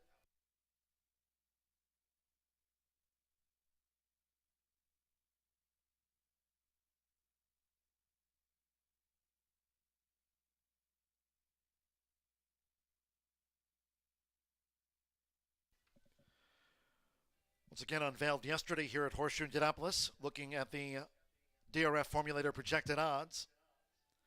First to offer this innovative technology, giving our horse players more information to make their final decisions on races here at Horseshoe Indianapolis. So look at the DRF Formulator projected odds with the fourth race due off.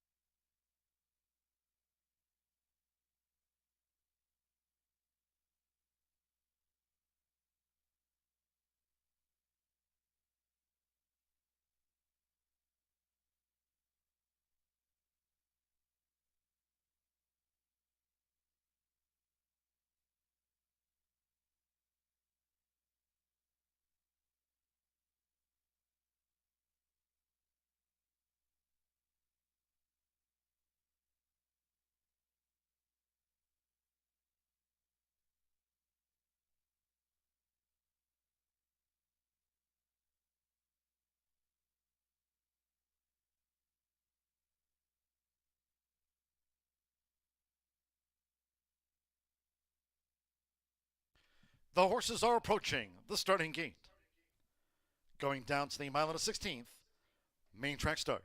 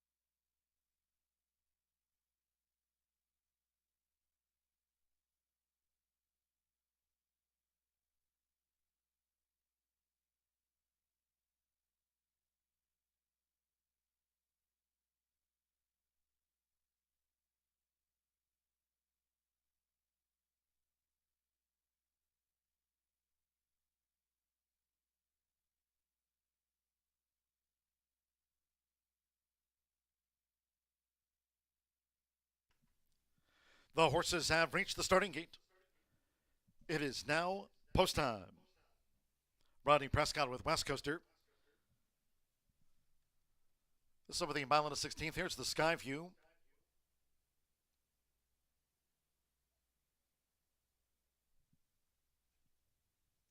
It's even money, Lady with a Cause, 2-1 Oath of Allegiance. 6-1 West Coaster, the first filling in. Now Fernando de la Cruz with Lady with a Cause has joined West Coaster. We're loading up. Augustin Gomez with Jackie's Love, purple red sash. Hannah Leahy, Oath of Allegiance coming up in the blue. 2 back. Rogelio Miranda with Azamana Empire, pink navy sleeves. 6-5 Lady with a Cause, now 8-5 Oath of Allegiance. They head the market. One more, Megan's Noel, Joe Ramos riding for a double. The meet's leading jockey over the mile and a 16th. Starts at the Elite Fire 5 from Horseshoe Indianapolis Fast Track. They're all in. And they're off. Jackie's Love strides away. Oath of Allegiance toward the inside, Lady with a Cause, Azamana Empire, Megan's Noel, and West Coaster. Oath of Allegiance took the top. For Hannah Leahy, Oath of Allegiance leads them with 7 furlongs to go. Lady with a Cause end on the outside. Jackie's Love in the purple cap, now third upon settling as these fillies go to the back of the track. A break of 2.5 to Azamana Empire with West Coaster on the rail, and a break of 5 more with Joe Ramos. Megan's Noel has drifted back to last. 24.59 seconds for the lead part, and she's cleared off. Oath of Allegiance has come clear by some 8 lengths nearing the half-mile pole. Lady with a Cause continues to track with on the outside Jackie's Love running in third. Still a brink to Azamana Empire, West Coaster, and the trailer remains Megan's Noel. Frontrunner Oath of Allegiance. Clocked a half mile. In 48.34 seconds, Oath of Allegiance flying solo. As they round the far turn, it's Oath of Allegiance, who continues to hold on to this lead. As Lady with a Cause starts to bridge the gap for Fernando de la Cruz, here comes Lady with a Cause in the red cap. It's Oath of Allegiance being sternly opposed by Lady with a Cause as they come toward the top of the stretch. And Jackie's Love looking to make 3-path progress for Augustin Gomez after 3 quarters in 1 minute 13.26 seconds. Lady with a Cause on the outside. Jackie's Love, Oath of Allegiance led but has dropped back. And Megan's Noel, who is last on the back of the track in the green cap, looks to rally on toward the inside, but it is Lady with a Cause, who has a 3-length lead past the 16th. Jackie's Love second game lead, then Megan's Noel. Oath of Allegiance has been left back in 4th. Lady with a Cause driven out. Lady with a Cause beats Jackie's Love home by 3/4 of a length. Megan's Noel was 3rd, double digits back to Oath of Allegiance, then Azamana Empire.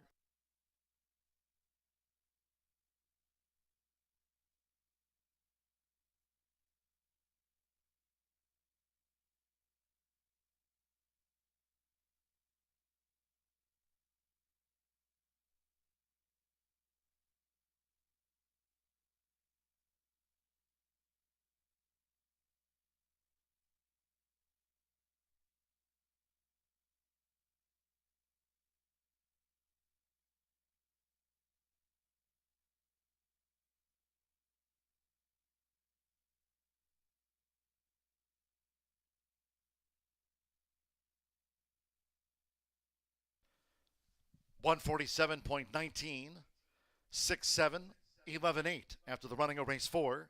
First, number 6, Lady with a Cause at 7-5. 7, Jackie's Love, 9-1 second in a game effort. 11, Megan's Noel, 12-1 third, and 8, Oath of Allegiance.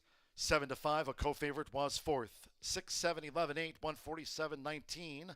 Lady with a Cause, Fernando de la Cruz, giving Gennaro Garcia a double on the card for the meet's leading conditioner. It's Lady with a Cause at 7-5.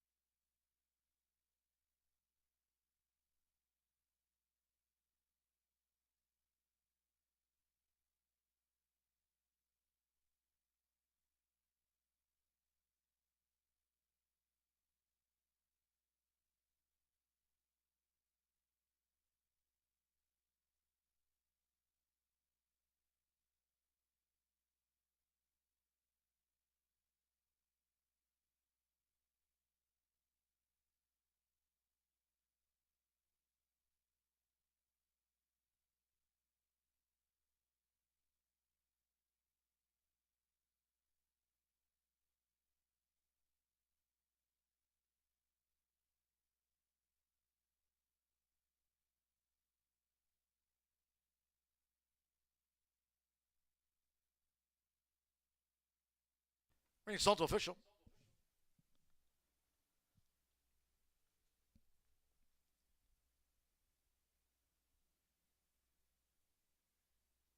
Returning to the high bar real estate winner's circle is the 6th, Lady with a Cause. The winning jockey was Fernando de la Cruz, having a winning week here. Off a riding double on yesterday's card, Fernando de la Cruz here on the 3-year-old Dark Bear Brown filly by Creative Cause. Out of Punchin' Judy by Two Punch. Brilliant Kentucky by Rock Talk Farm LLC. For Gennaro Garcia's Southwest Racing Stables Incorporated. And Brandon Valentini's Triple V Racing LLC. It's a training double for Gennaro Garcia. Horseshoe Indianapolis congratulates the winning connections of a co-7-5 favorite, Lady with a Cause. 6-7 Exacta returned $30.60. The 50-cent trifecta, 6, 7, and 11, returned $27.10. 5, 6 double, $26, 10-cent superfecta. Oath of Allegiance, 4th, 6, 7, 11, 8, $10.37. Pick 3 on races 2, 3, and 4. 4 with the 5 with the 6. Pick 3 returned $71.65. 6 ran, 147.19. Lady with a Cause was a joint favorite. 5th race, Maiden Juvenile Fillies Mile, no changes, all 7 run. 5th of 9 on the day. Exacta, trifecta, superfecta, double pick 3 starts the 50-cent, late pick 4 on a fast track. Post time will be in 20 minutes at 4:11, reminding all Horseshoe Indianapolis fans. We'll cap off our 5-day race week with an all-quarter horse card here tomorrow. Hope you can join us for a great card on tap. First race post time will be at 10:45 a.m. We'll be joined here by Jeremiah Johnson, Pacers JJ here, along with quarter horse racing expert Martha Clausen, both joining us here for our weekend Saturday post time all quarter horse card. Tomorrow we kick off early at 10:45 a.m.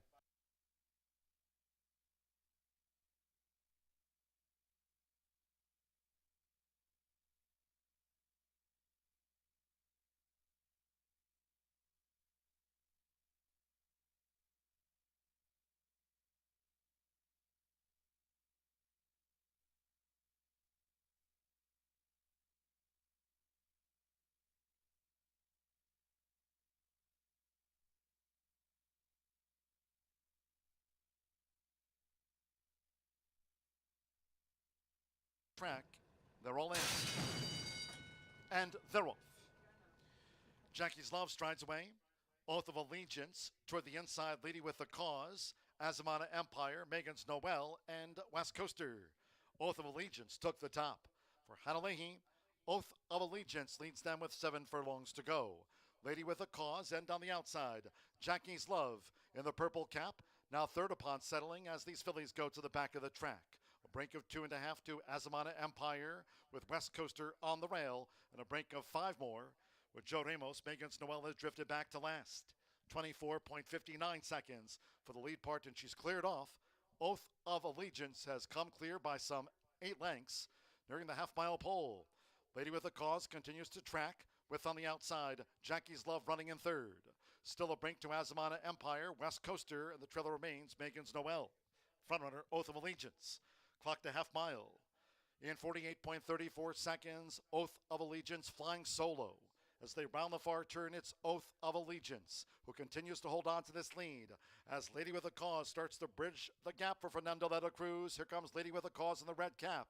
It's Oath of Allegiance being sternly opposed by Lady with a Cause as they come toward the top of the stretch. And Jackie's Love looking to make 3-path progress for Augustin Gomez after 3 quarters in 1 minute 13.26 seconds. Lady with a Cause on the outside. Jackie's Love, Oath of Allegiance led but has dropped back. And Megan's Noel, who was last on the back of the track in the green cap, looks to rally on toward the inside, but it is Lady with a Cause, who has a 3-length lead past the 16th. Jackie's Love second gamely, then Megan's Noel. Oath of Allegiance has been left back in 4th. Lady with a Cause driven out. Lady with a Cause beats Jackie's Love home by 3/4 of a length.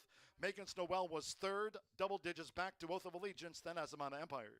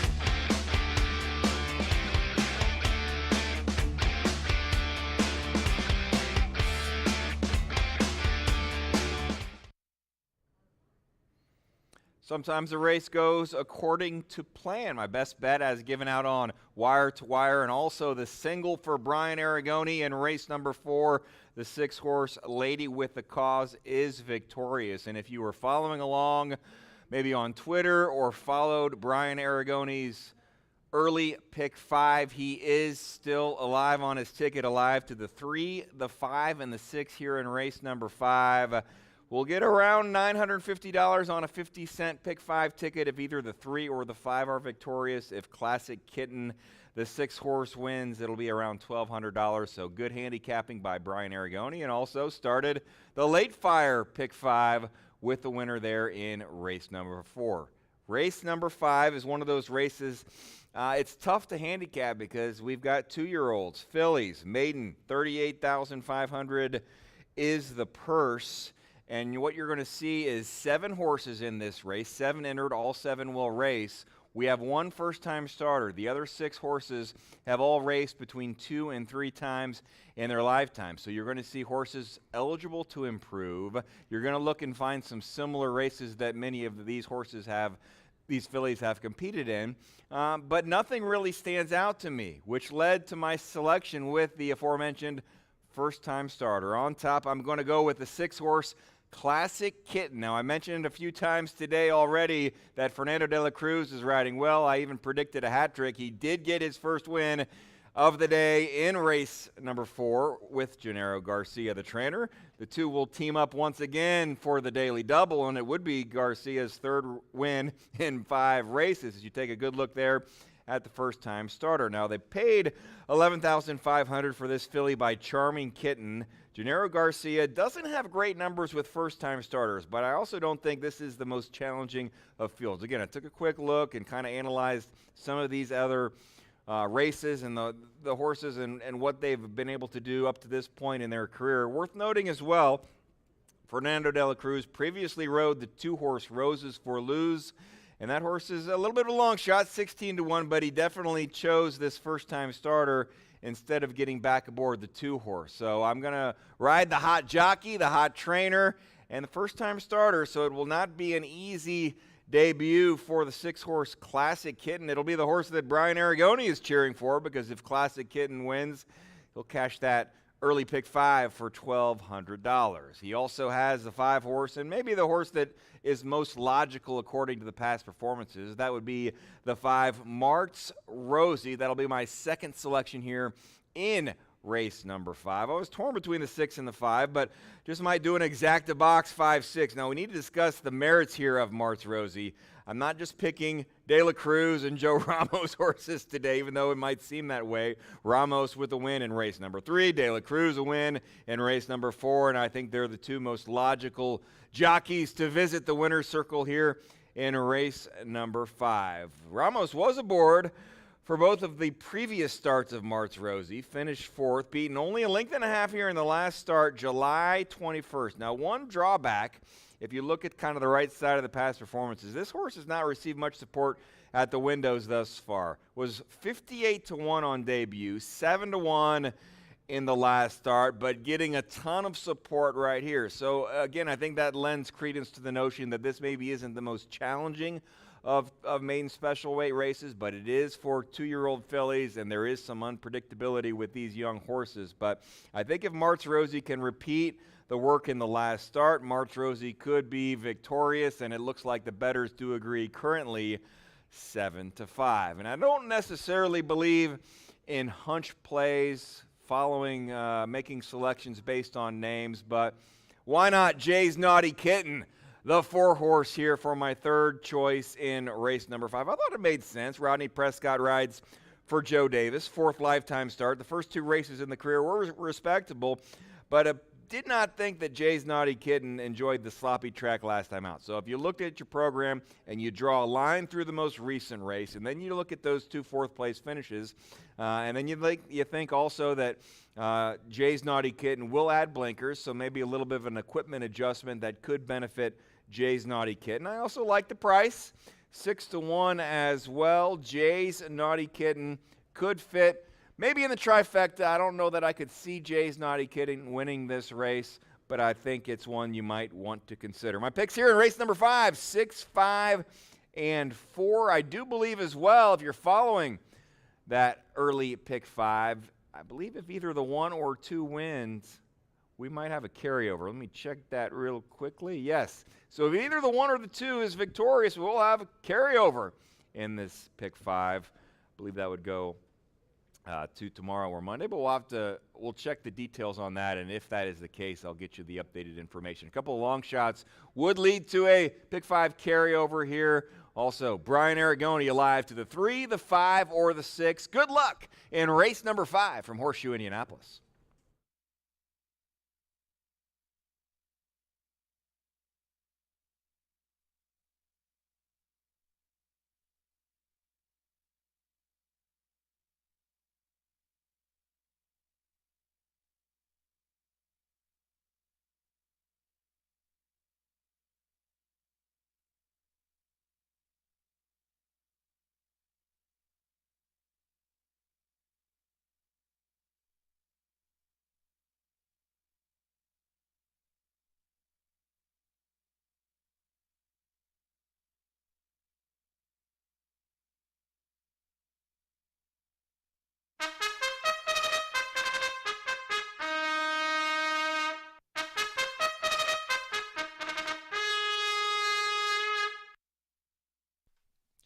The horses called postward now for the 5th race.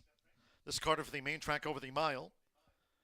Maiden Juvenile fillies stepping on a field of 7. There are no program changes. Fast track. No changes in this Maiden Juvenile fillies mile. Exacta, trifecta, superfecta. Double pick 3. Race 5 starts off the 50-cent late pick 4. As noted, all races today will be run over the main track. We're off the turf, main track fast. 4 minutes to post time. 4 minutes.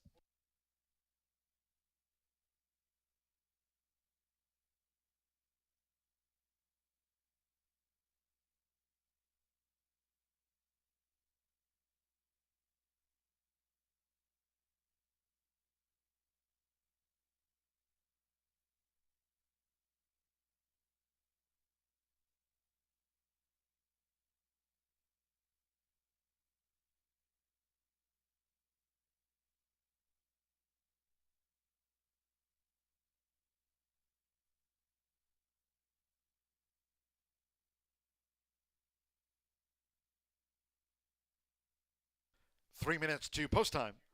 3 minutes.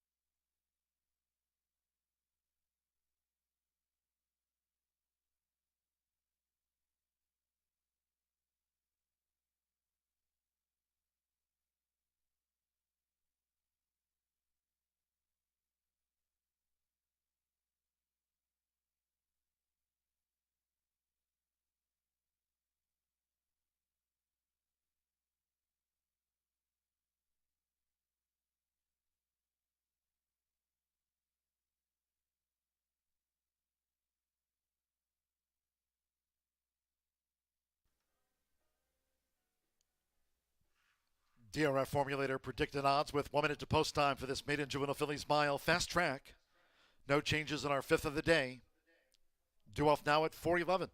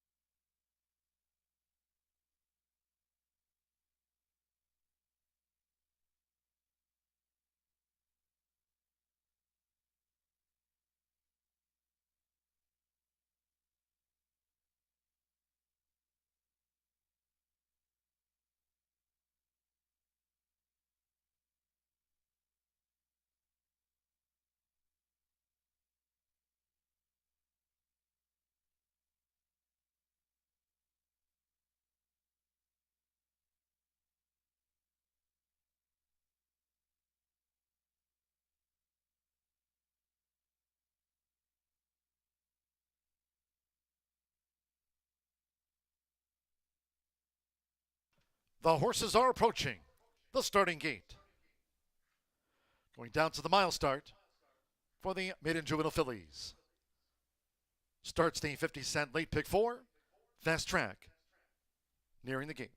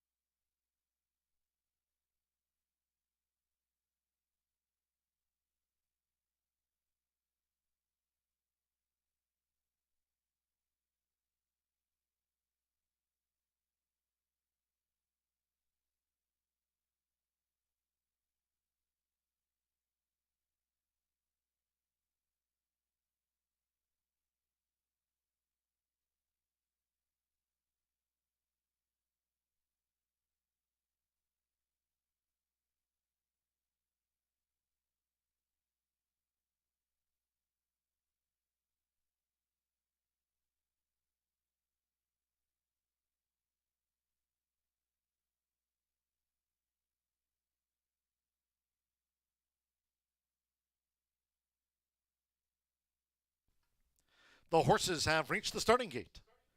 It is now post time. Loading at the mile. Rodney Prescott with James Naughty Kit and McKenna Anderson. Kashmir Justice has the rail draw.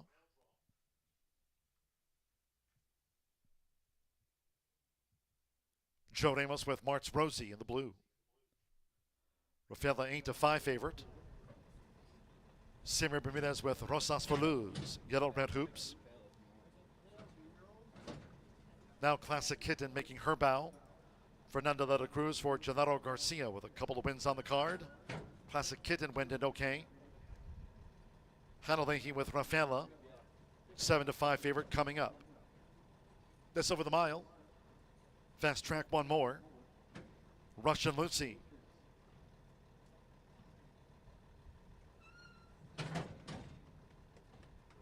Given a 38-1 chance over the 8 furlongs. Here's Russian Lucy. Josh Morales has a win on today's Horseshoe Indianapolis card. Fast track all in. They're off. March Rosie, Russian Lucy. Toward the inside, Raffaello black with the white dots. Jay's Naughty Kitten and Rosas for Luz just leads them with Samir Bermudez. It's Rosas for Luz who has the early lead here from a close-up Raffaella. Jay's Naughty Kitten is 3 wide. In the meantime, saving ground is Casimir Justice in the white cap from Russian Lucy, March Rosie, and the first-time starter, Classic Kitten, has drifted back to be 7th and last. The first 2 of the 8 furlongs covered in 24.65 seconds, Rosas for Luz and Raffaella.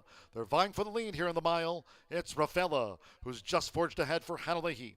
Raffaella takes the lead from Rosas for Luz. Then it's a length to Jay's Naughty Kitten, who's tracking them from 3rd. 3.5 lengths to Russian Lucy in 4th. Kashmir Justice with the rail. Classic Kitten just relegated March Rosie to last. Half mile in 47.91 seconds. They round the far turn. It's Raffaella. Raffaella's come clear by 3. 3 furlongs to go from Jay's Naughty Kitten. Rosas for Luz has dropped back sharply. Classic Kitten starts to gain with Russian Lucy. March Rosie in the blue cap is also picking up steam. March Rosie coming around rivals as Raffaella leads past the quarter pole. Then Rosas for Luz, and the one who tailed off was Kashmir Justice as these maiden 2-year-old fillies straighten away. It's Raffaella, but here comes March Rosie with a steady gain. 3/4, 1 minute 15.49 seconds. March Rosie and Raffaella, 1 furlong to go. March Rosie has taken charge for Joe Ramos. As they come past the 16th now, edging away from Raffaella. Classic Kitten 3rd. They're close to the finish. Kashmir next is Russian Lucy in 4th. It's March Rosie. She lugged in but clears Raffaella to win it. Classic Kitten 3rd. Russian Lucy finished 4th.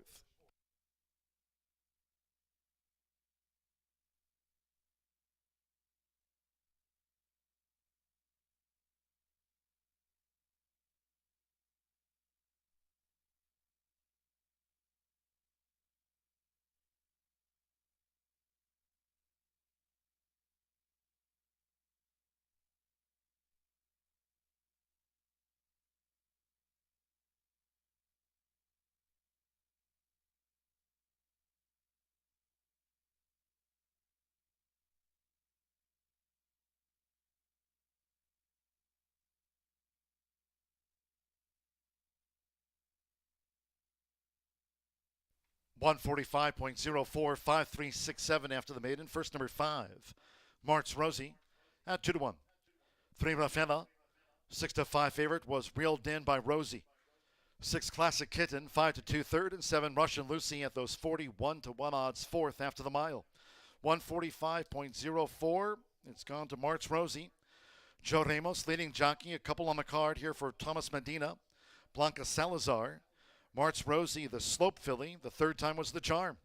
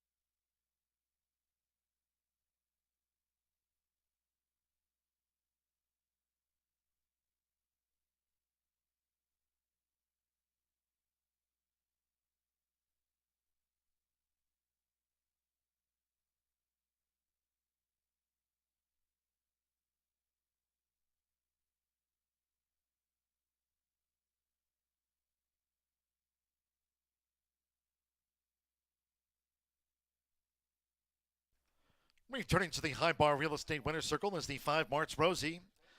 It's a double on the card for leading jockey Joe Ramos. March Rosie is a 2-year-old chestnut filly by Slope at a Vickery Rose by Vicker. The winner was bred in Indiana by Jonas Schwartz. Thomas Medina trains for Blanca Salazar. Horseshoe Indianapolis congratulates the winning connections of March Rosie. Takes out the maiden juvenile fillies mile at 2-1.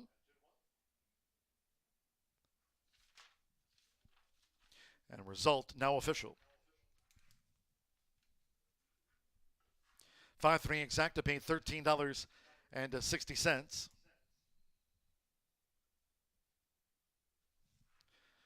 The 50-cent trifecta, 5-3-6.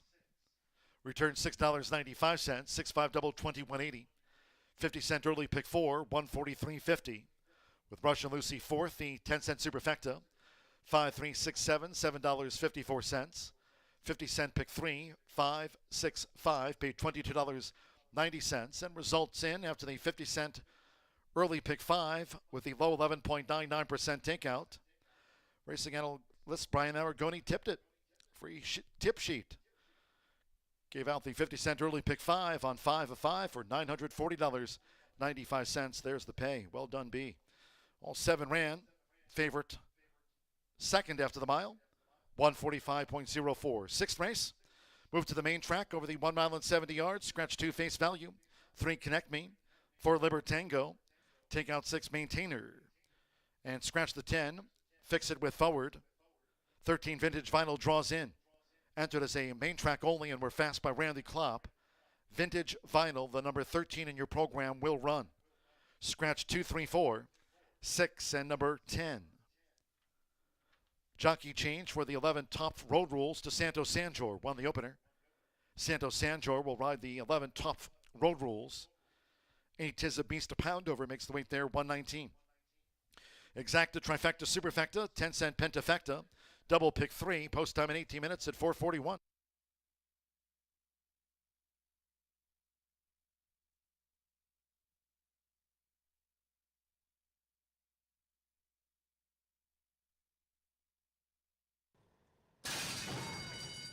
They're off. March Rosie, Russian Lucy, toward the inside, Raffaello black with the white dots, Jay's Naughty Kitten, and Rosas for Luz just leads them with Samer Bermudez. It's Rosas for Luz, who has the early lead here from a close-up Raffaella. Jay's Naughty Kitten is 3 wide. In the meantime, saving ground is Casimir Justice in the white cap from Russian Lucy, March Rosie, and the first-time starter, Classic Kitten, has drifted back to be 7th and last. The first 2 of the 8 furlongs covered in 24.65 seconds, Rosas for Luz and Raffaella. They're vying for the lead here in the mile. It's Raffaella, who's just forged ahead for Hanalehi. Raffaella takes the lead from Rosas for Luz. Then it's a length to Jay's Naughty Kitten, who's tracking them from 3rd. 3.5 lengths to Russian Lucy in 4th. Kashmir Justice with the rail. Classic Kitten just relegated March Rosie to last. Half mile in 47.91 seconds. They round the far turn. It's Raffaella. Raffaella's come clear by 3. 3 furlongs to go from Jay's Naughty Kitten. Rosas for Luz has dropped back sharply. Classic Kitten starts to gain with Russian Lucy. March Rosie in the blue cap is also picking up steam. March Rosie coming around rivals as Raffaella leads past the quarter pole. Then Rosas for Luz, and the one who tailed off was Kashmir Justice as these maiden 2-year-old fillies straighten away. It's Raffaella, but here comes March Rosie with a steady gain. 3/4, 1 minute 15.49 seconds. March Rosie and Raffaella, 1 furlong to go. March Rosie has taken charge for Joe Ramos. As they come past the 16th now, edging away from Raffaella. Classic Kitten 3rd. They're close to the finish. Kashmir next is Russian Lucy in 4th. It's March Rosie. She lugged in but clears Raffaella to win it. Classic Kitten 3rd. Russian Lucy finished 4th.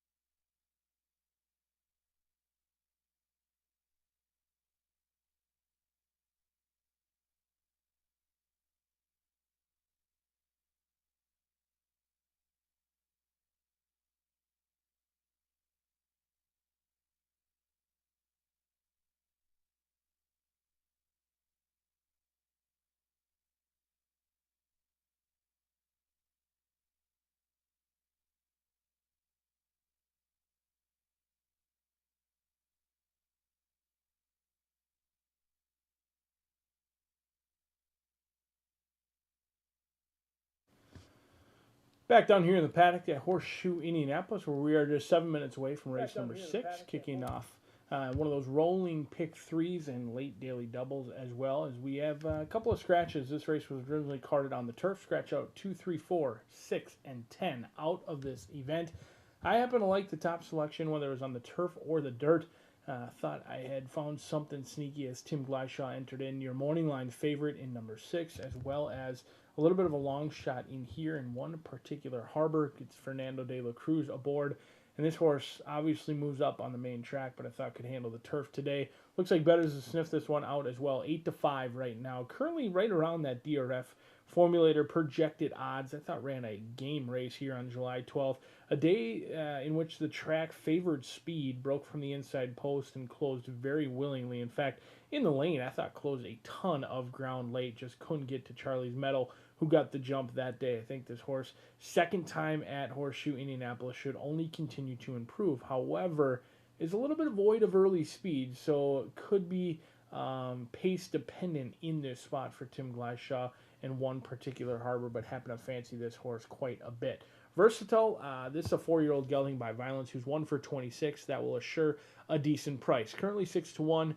Formulator projecting the odds go off around 15-1 in this spot. McKenna Anderson going to be calling the shots for Israel Garcia. He owns and trains Versatile, who goes out for him. He's claimed this or owned this horse throughout, and they actually got a win yesterday, so looking to keep up with their hot streak and get a hot streak going in here.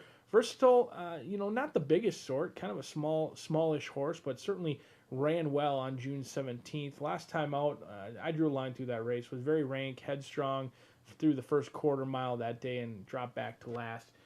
Kind of a odd trip that day on July 12th, so willing to overlook that one. But we'll see if one particular harbor can get Tim Gleishaw home a winner. He had 2 entered. The old saying, why run 2 and 1 will do. We'll see if it plays out 5 minutes from now. As the riders have the leg up, they'll be on the main track, and they'll be at the gate for race 6. Good luck.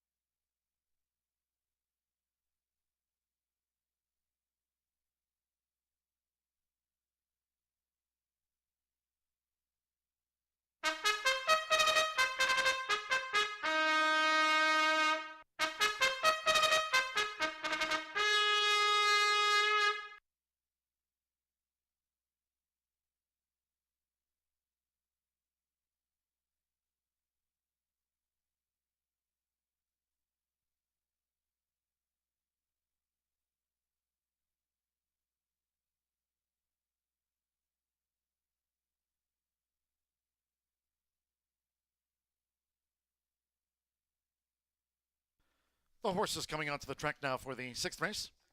This is off the turf, goes on the main track at Bomb Island, 70 yards. Scratch 2 face value, 3 connect me, 4 Libertango. Take out 6 maintainer and scratch the 10, fix it with forward. Scratch 2, 3, 4, 6 and number 10. The 11, Top Road Rules, the jockey Santo Sanjor has a win on the card.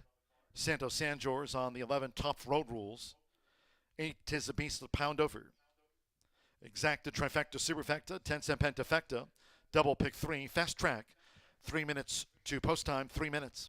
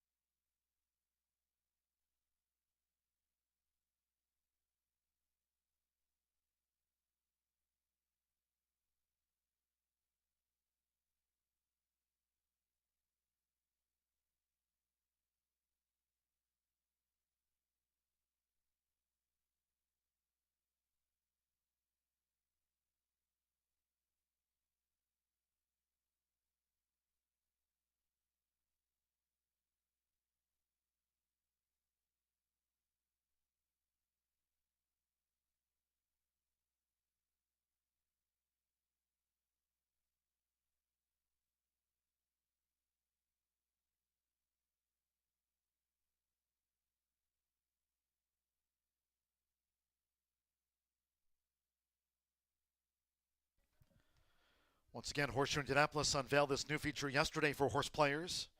Here on Track Online, around the globe, DRF formulated projected odds. There they are for this upcoming 6th race on the main track at 1 mile and 70 yards. First to offer handicappers this innovative technology. Track here is fast, and the 6th race due off.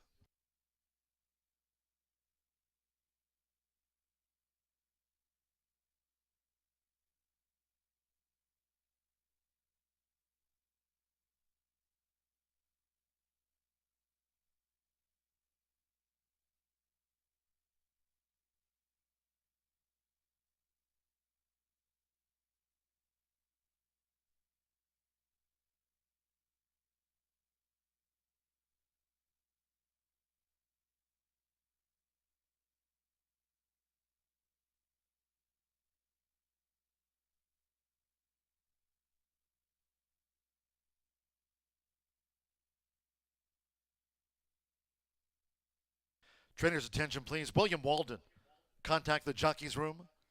Trainer William Walden, contact the jockey's room, please.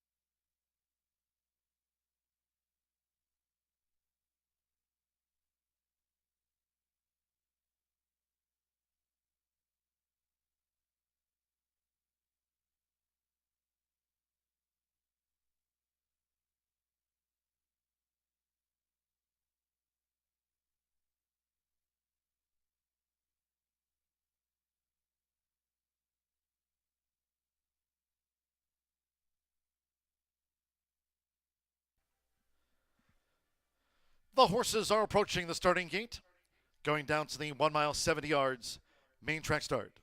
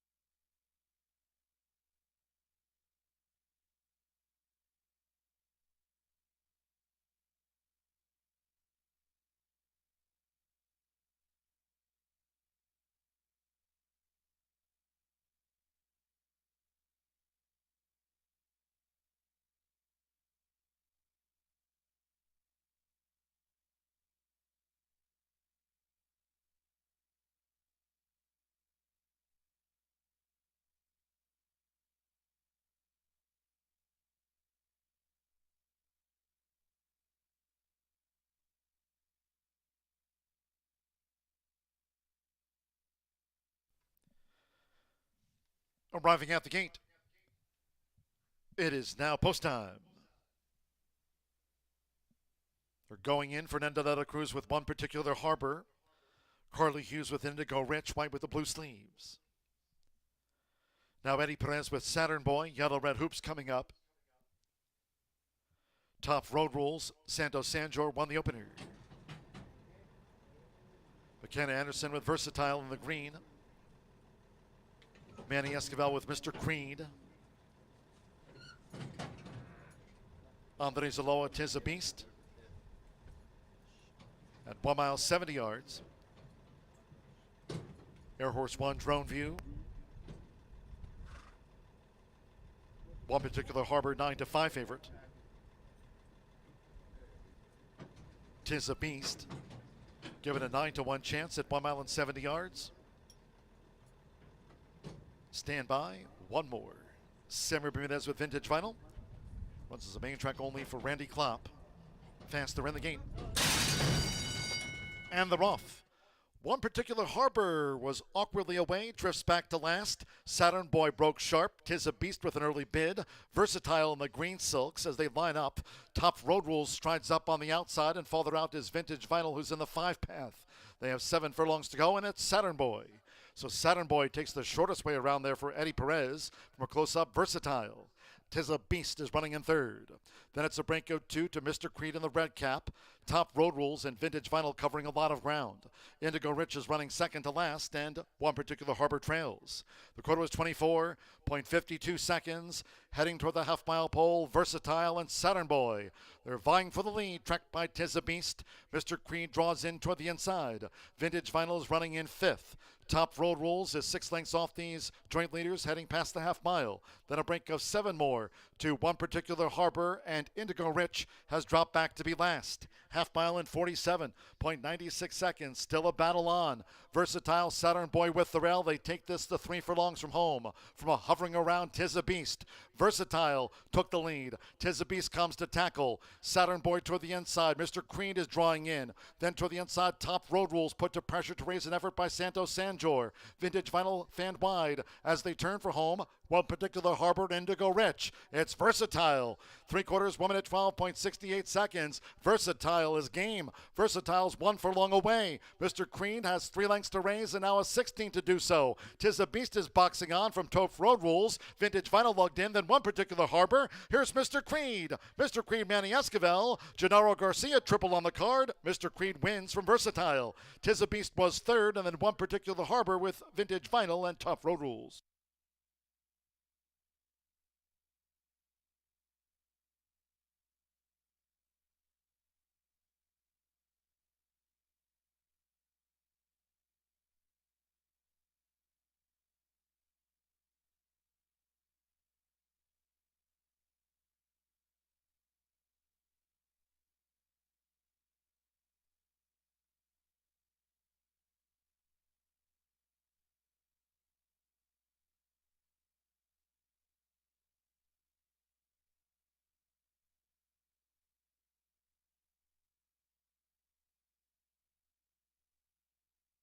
$143.76 after the running of race 6. Number 12, Mr. Creed.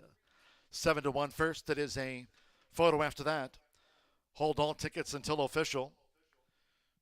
12-7-8, closer for 4th and 5th to decide the Pentafecta. Mr. Creed, Manny Esquivel, it's 3 for leading trainer Gennaro Garcia, now 45 at the meet. Mr. Creed takes it out at 7-1.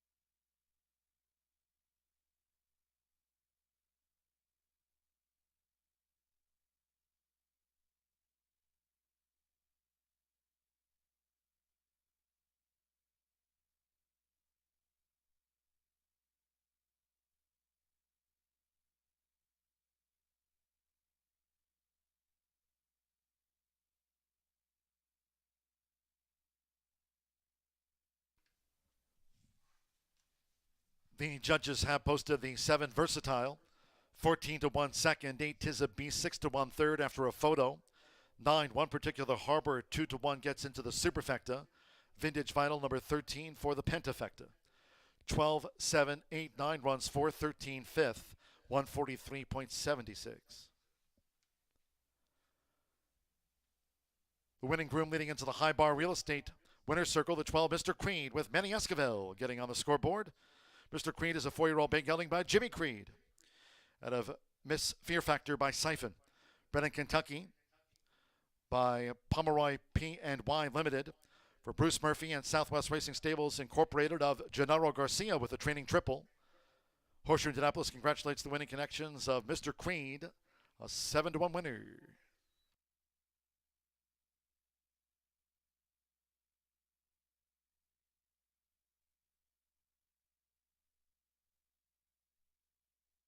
It's official.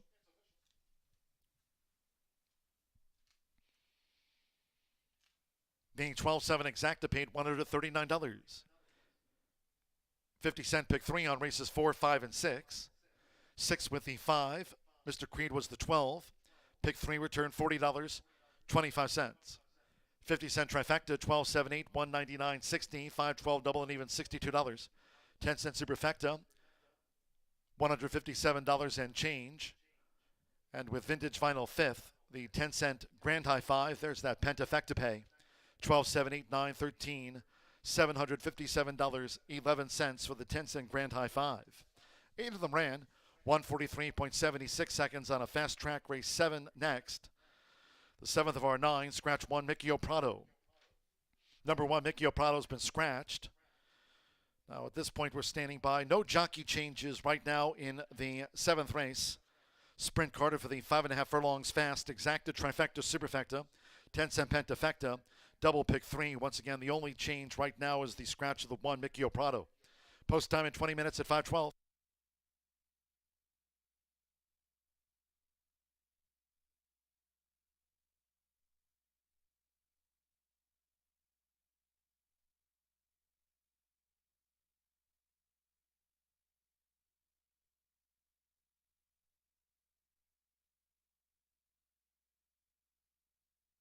We're in the game. And they're off. One particular harbor was awkwardly away, drifts back to last. Saturn Boy broke sharp. Tis a Beast with an early bid. Versatile in the green silks as they line up. Top Road Rules strides up on the outside, and farther out is Vintage Vinyl, who's in the 5 path. They have 7 furlongs to go, and it's Saturn Boy. So Saturn Boy takes the shortest way around there for Eddie Perez. From a close-up, Versatile. Tis a Beast is running in 3rd. Then it's a break out 2 to Mr. Creed in the red cap. Top Road Rules and Vintage Vinyl covering a lot of ground. Indigo Rich is running second to last, and one particular harbor trails. The quarter was 24.52 seconds. Heading toward the half-mile pole, Versatile and Saturn Boy. They're vying for the lead, tracked by Tis a Beast. Mr. Creed draws in toward the inside. Vintage Vinyl is running in 5th. Top Road Rules is 6 lengths off these joint leaders heading past the half mile. Then a break of 7 more to one particular harbor, and Indigo Rich has dropped back to be last. Half mile in 47.96 seconds. Still a battle on. Versatile, Saturn Boy with the rail. They take this the 3 furlongs from home. From a hovering around, Tis a Beast.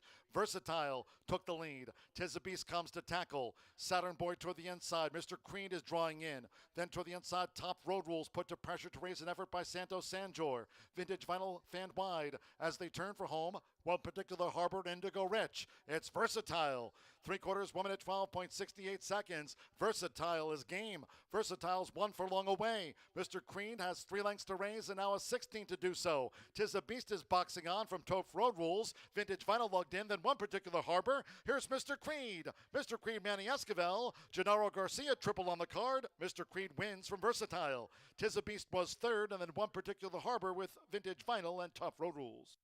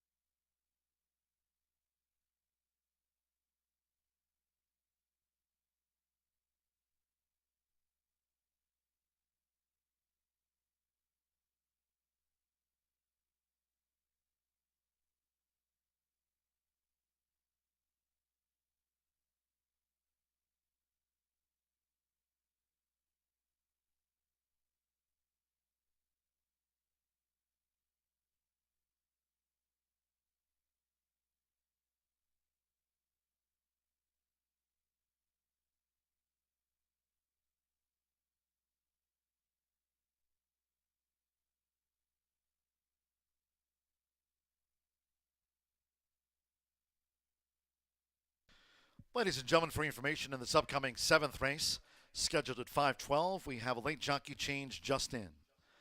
Late jockey change for number 5, Healing Waters, to be ridden by Manny Esquivel. Will ride for a double on the card. Manny Esquivel picks up the call from William Walden. Will ride number 5, Healing Waters, Manny Esquivel on number 5 in the next one.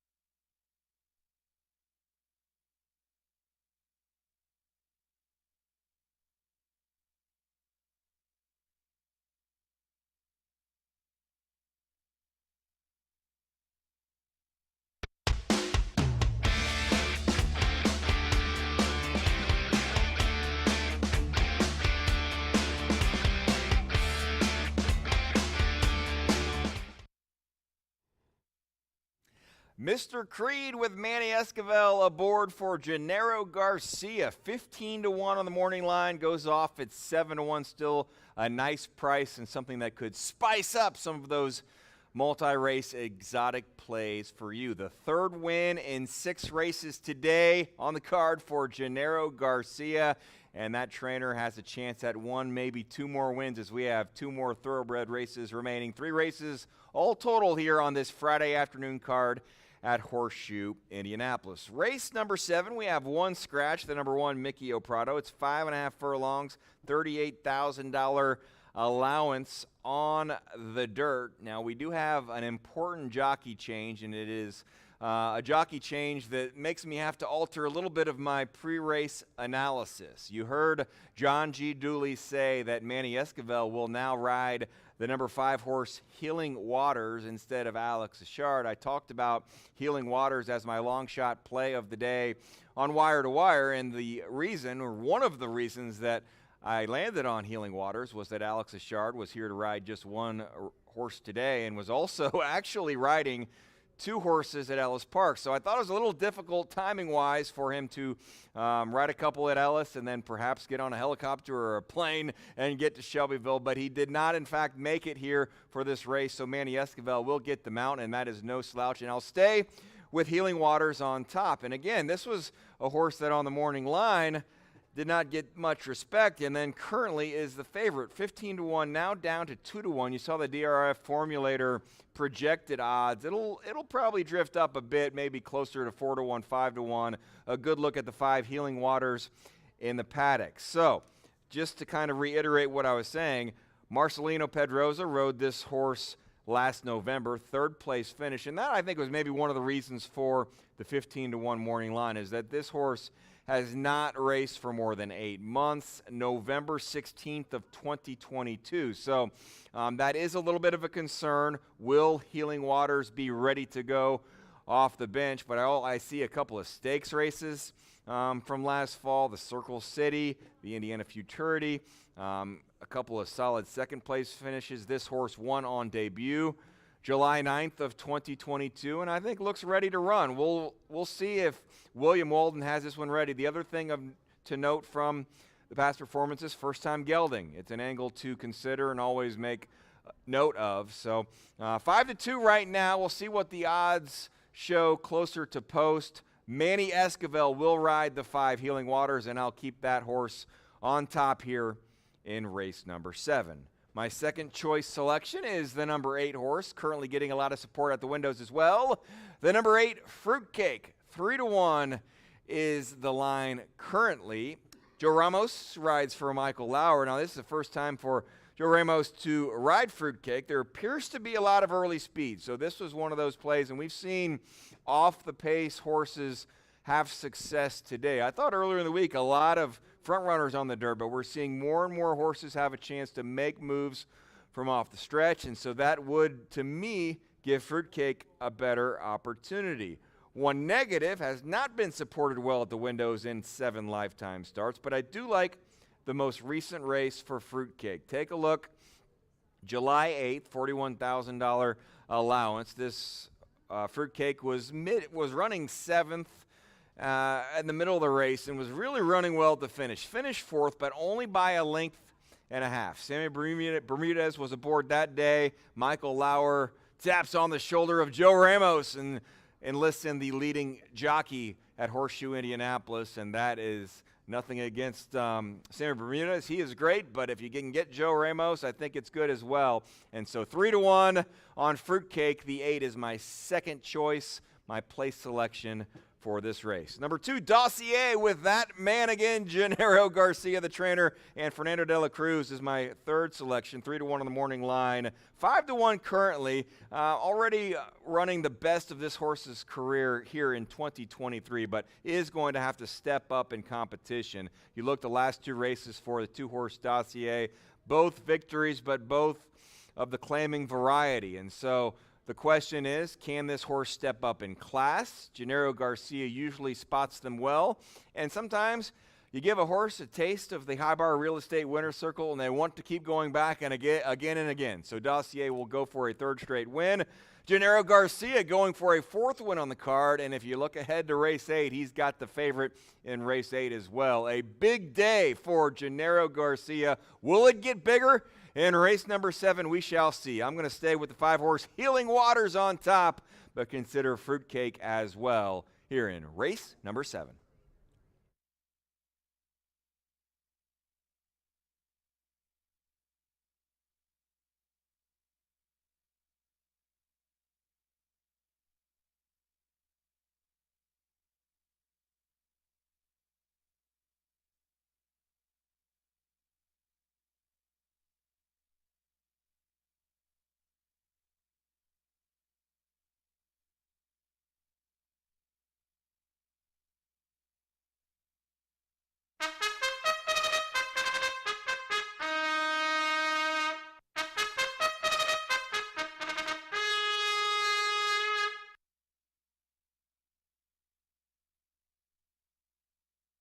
The horses coming onto the track now for the 7th race. This State-Bred Sprint carded over the 5.5 furlongs fast, a field of 8. Scratch 1, Mickey O'Prado. Scratch the 1.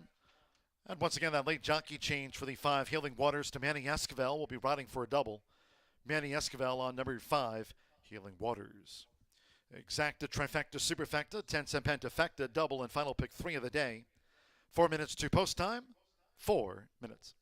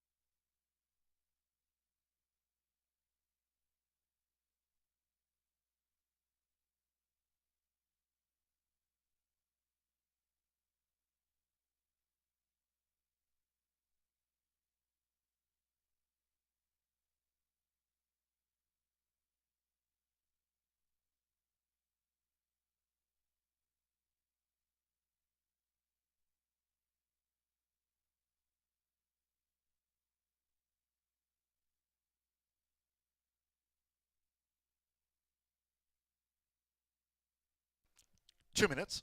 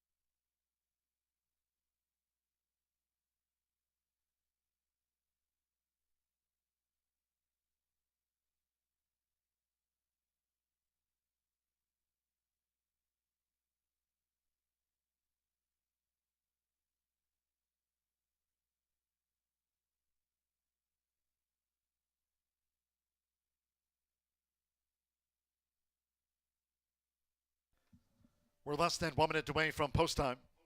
Less than 1 minute.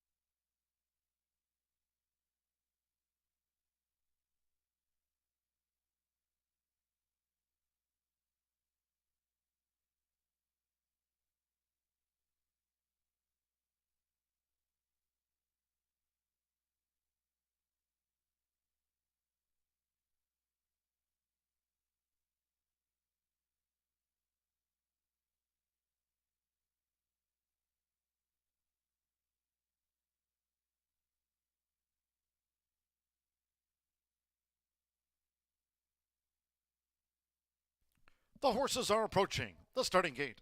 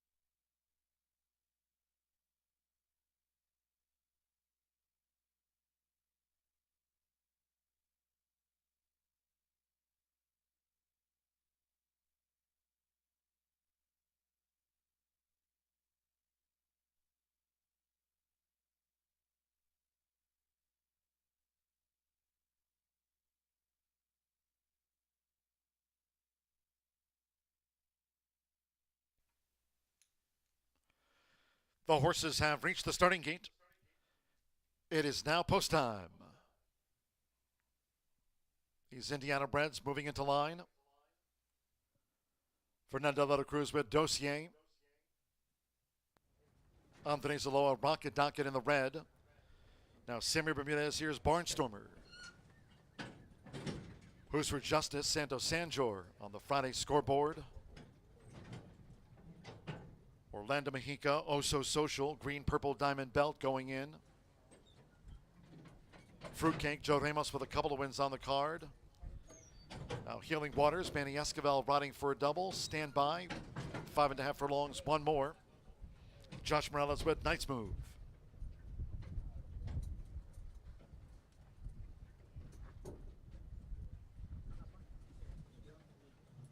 They're in the gate.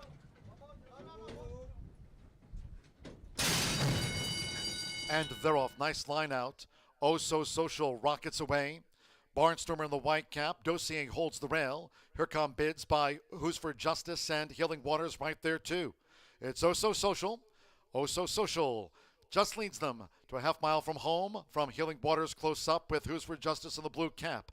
Dossier fourth with the rail at the 3.5. Barnstormer's running in fifth.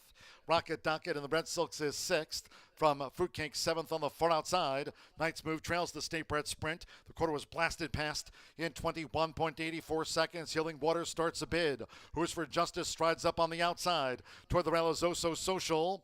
Then toward the inside, Dossier straightens away in fourth as these Hoosiers come for home. Rocket Docket, Fruitcake's raced wide. Barnstormer and finally Knight's Move. It's Who's for Justice. Healing Waters is in for the fight and the race is on. Oso Social's now in third. Dossier's fourth. Rocket Docket, Fruitcake. They're close to the finish. Who's for Justice and Healing Waters. They drive to the line. Healing Waters from Manny Esquivel. Healing Waters. Healing Waters prevails by a half length to Who's for Justice. Rocket Docket third, then Dossier, Knight's Moves, and Fruitcake.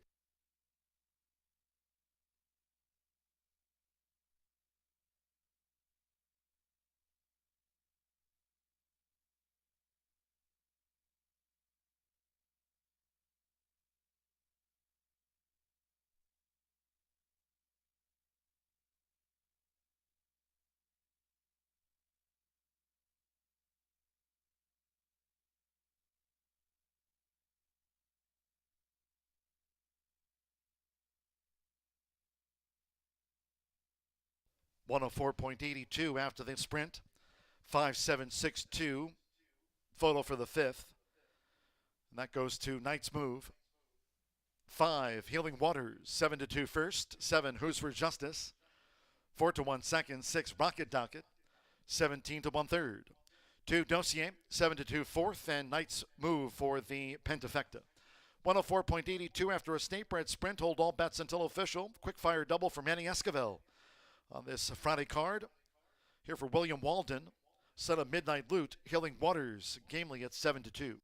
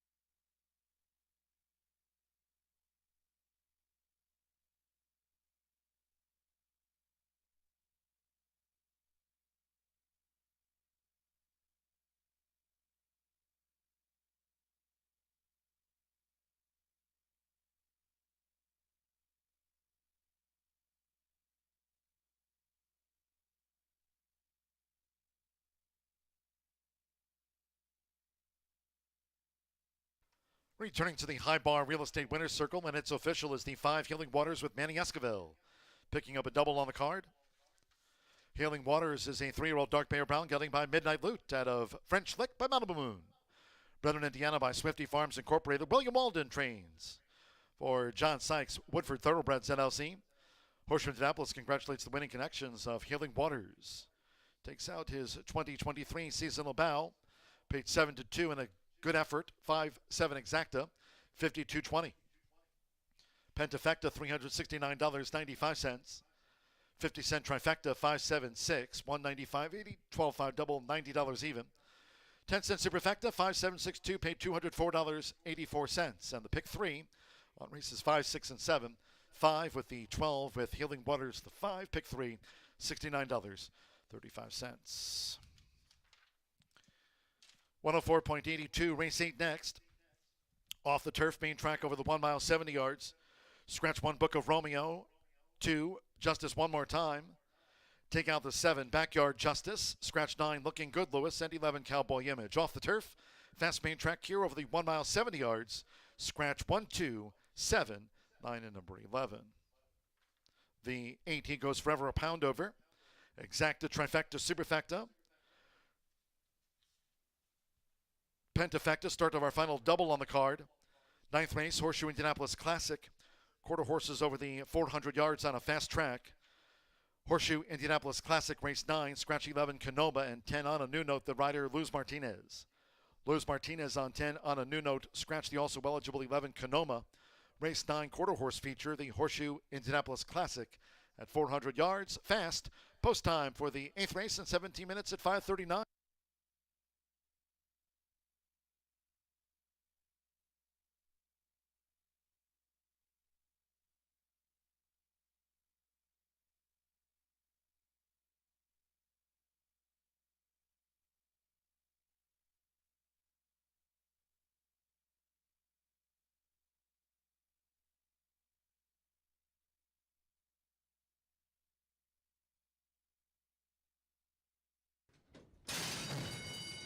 And they're off. Nice line out. Oh So Social rockets away. Barnstormer in the white cap. Dossier holds the rail. Here come bids by Who's for Justice and Healing Waters right there too. It's Oh So Social. Oh So Social just leads them to a half mile from home. From Healing Waters close up with Who's for Justice in the blue cap. Dossier fourth with the rail at the 3.5. Barnstormer's running in 5th. Rocket Docket in the Red Silks is 6th. From Fruitcake 7th on the far outside. Knight's Move trails the State Bred Sprint. The quarter was blasted past in 21.84 seconds. Healing Waters starts a bid. Who's for Justice strides up on the outside. Toward the rail is Oh So Social. Then toward the inside, Dossier straightens away in 4th as these Hoosiers come for home. Rocket Docket, Fruitcake's raced wide. Barnstormer and finally Knight's Move. It's Who's for Justice. Healing Waters is in for the fight and the race is on. Oh So Social's now in 3rd. Dossier's 4th. Rocket Docket, Fruitcake. They're close to the finish. Who's for Justice and Healing Waters. They drive to the line. Healing Waters from Manny Esquivel. Healing Waters. Healing Waters prevails by a half length to Who's for Justice. Rocket Docket 3rd, then Dossier, Knight's Moves, and Fruitcake.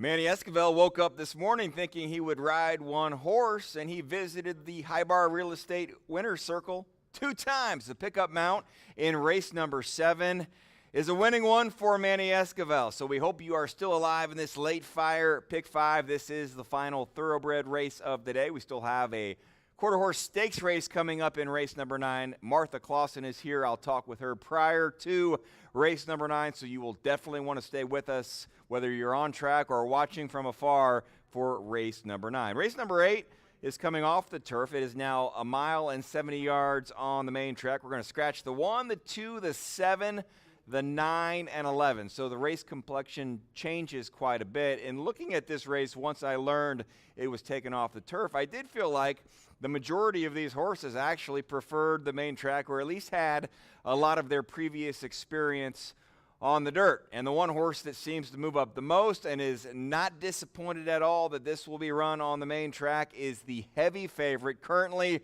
2-5. That is the number 3, Corona Grande, the trainer, you might have guessed, Gennaro Garcia. Already 3 wins on the day for Gennaro Garcia. He's used a variety of different jockeys in his 3 wins. Santos Sanjor, one of those jockeys, and he will be aboard the 3 Corona Grande in this race. Now, 11 lifetime starts, has given a good account of himself in most, and take a look at the last 2 races for Corona Grande. They really just stand out as the kind of performances that, if repeated, will have a great chance at success today. The Governor's Handicap, the Snack Handicap, Equibase speed ratings of 79 and 78 in each of the last 2 races, finished 3rd and 2nd. Edgar Morales aboard both of those races, and I think this is just one that you kind of scan around. The last 3 starts that Corona Grande has run have all been 1 mile and 70 on the main track. One of those was scheduled for the turf and went off the turf, and once again, Corona Grande just seems to fit this race perfectly, and the bettors would agree. And also, the way Corona Grande is walking in the paddock, looks like Corona Grande is ready to run. 2-5 is tough, especially if you're wagering on the win end. I'd like to see that maybe a little bit closer to even money. We'll see what happens a little bit closer. You saw the DRF formulator projected odds was well under even money. My second selection, if there is any horse that wins besides Corona Grande, it will be considered an upset. So a long shot selection here for my second spot is Musty Red. Hannah Leahy is in the irons for Darlene Green. Darlene Green, 14 starters in this meter. This is the 14th starter for Darlene Green. Still looking for the first winner. Now, I think this one does have an opportunity, a versatile type. If you look at the recent running lines, I think Musty Red can sit just from off the pace, stalk, perhaps pounce on the turn. The question I see is at 1 mile and 70, does Musty Red have the stamina to be there at the finish, or at least be ahead at the finish? I could see Musty Red with the lead turning for home, and then perhaps one of the closers, perhaps Corona Grande's class would prevail. And maybe Musty Red is in the trifecta, but maybe doesn't hit that win spot. But stranger things have happened. Hannah Leahy, great jockey, gets that weight allowance as well. Musty Red is certainly one that I would consider, and it would be nice for Darlene Green to visit the winner's circle with Musty Red. Had to change my selections just a little bit due to the scratches. So in the third spot is a long shot. It would be a surprise to most everyone. Currently 26-1. That is the 6, Macho Justice. Now, again, heading into the day, I was thinking you might want to favor the speed horses. I don't think the track has quite played that way today, although I would say that the track is probably playing pretty fair, and that is all you can ask for. Now, Macho Justice, you see in the paddock right now, is a horse that just might have a chance to have that lone speed. I don't see many other speed horses or early pace types in this race, and so this is a little bit of a hunch, a little bit of a long shot angle. Obviously, at 29-1 currently, there's not a great chance of the 6 Macho Justice winning, and this horse has also been running in a little bit easier races, so it's a step up in competition.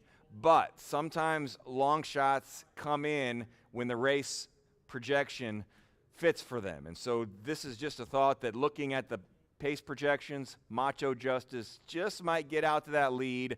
And if Joshua Morales can slow Macho Justice down on the front end, it could be one that has a chance to take this race wire to wire. Once again, should be a good race. There is a big favorite. If anyone else comes in, you're going to cash a big ticket. The 3-horse Corona Grande, the top selection here in race number 8.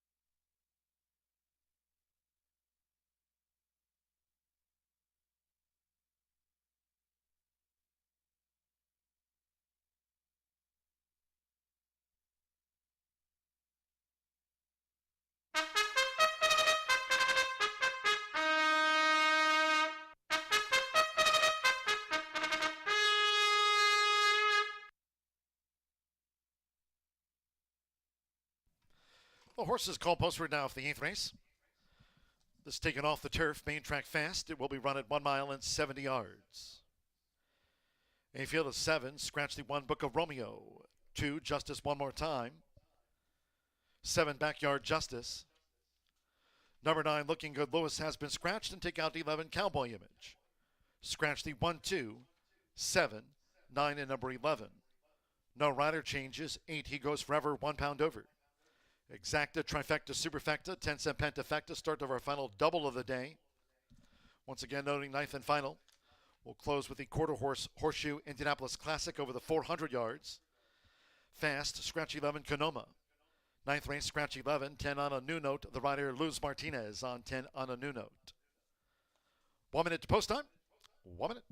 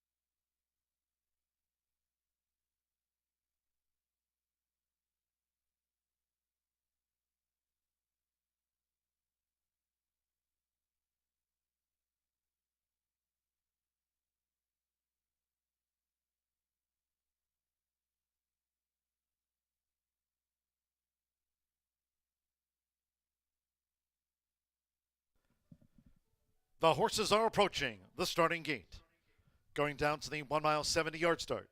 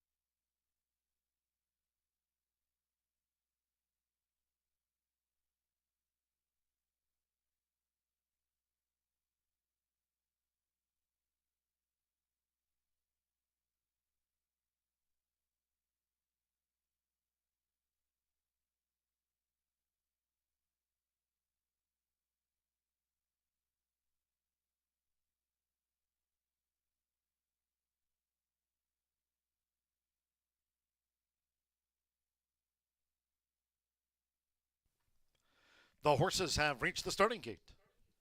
It is now post time. Santos Sanjor with Corona Grande loads the 1-5 favorite. Leading trainer Gennaro Garcia already with a hat trick of wins on the card.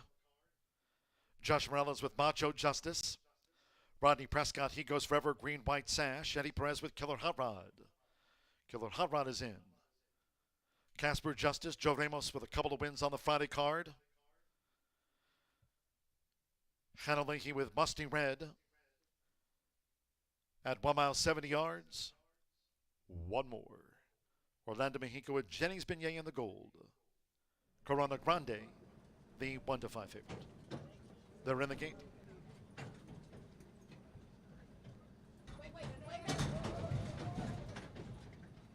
Ready.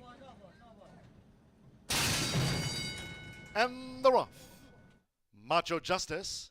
Jenny's Beignet with an early move. Musty Red over toward the rail as they head toward the first turn. It's Jenny's Beignet. Jenny's Beignet and Musty Red as they enter the first turn. Macho Justice just off them.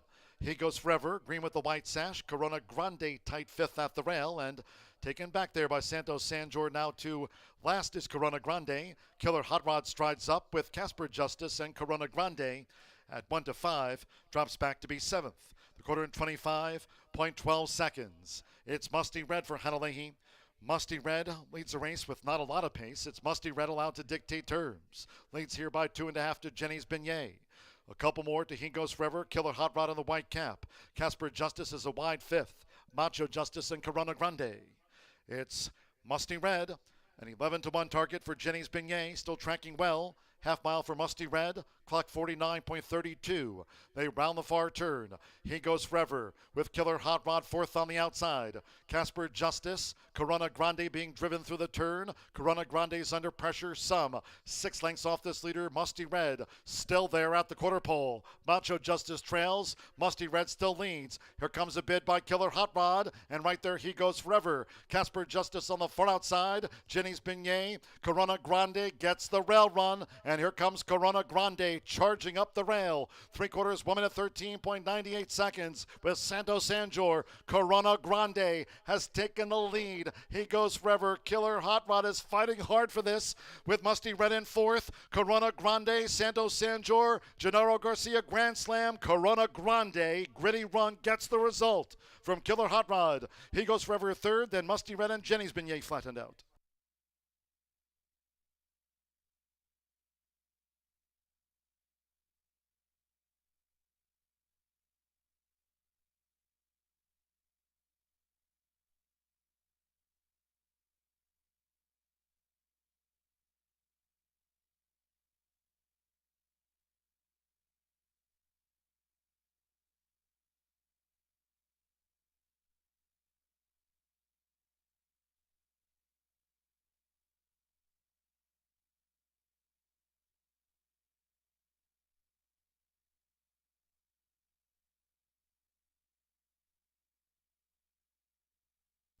$144.82. 3-4-8-5-12. Corona Grande at 1-5 gets the result. Number 4, Killer Hot Rod at 8-1 was second. Number 8, He Goes Forever. 24 to 1/3. 5 Musty Red 11 to 1/4, and Jenny's Beignet completes the pentafecta. 144.82, hold all until official. Santos Sanjor, a couple of wins on the card. This makes 4 for leading trainer Genaro Garcia. It's been a winning week for the leading trainer here for Southwest Racing Stables Incorporated and Bruce Murphy. Corona Grande, class came to the top.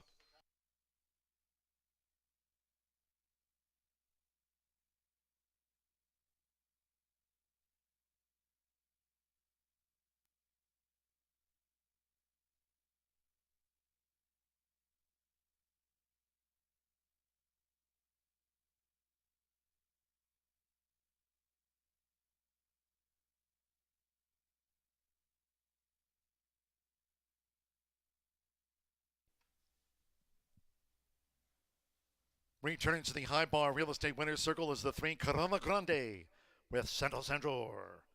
Corona Grande, 3-year-old Grey Roan gelding by Unbridled Express. And of Amanda's Crown by Crown Ambassador, bred in Indiana by Swifty Farms Incorporated. For Southwest Racing Stables Incorporated and Bruce Murphy, it's 4 for Genaro Garcia. It's a 1-5 win for Corona Grande. Muy bien.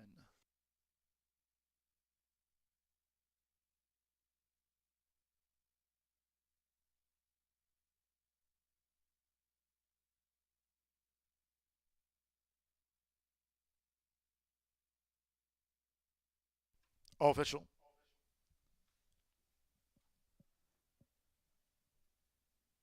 $3-4 exacta paid $7 even. 50-cent trifecta, $18.45. 10-cent superfecta, 3-4-8-5 coming back and even $10. Pick 3, $32.25. The 5-3 double, $15.80, 50-cent late pick 4, $100.15.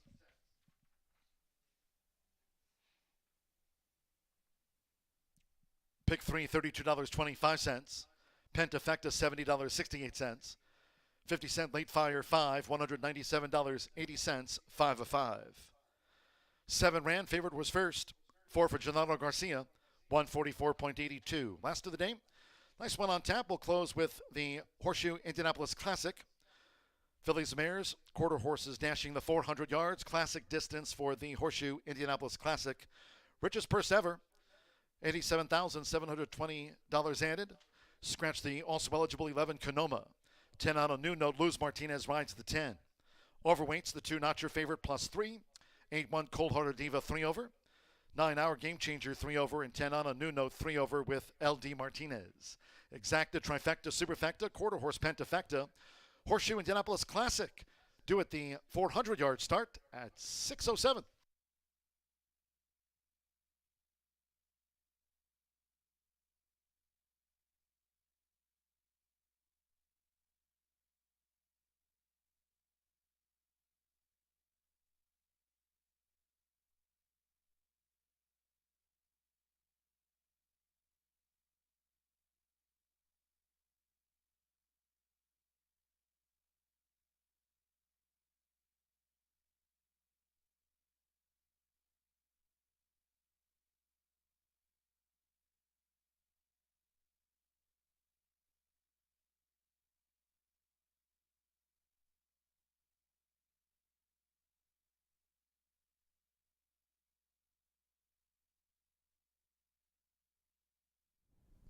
The results are in for today's BA Hat Trick contest.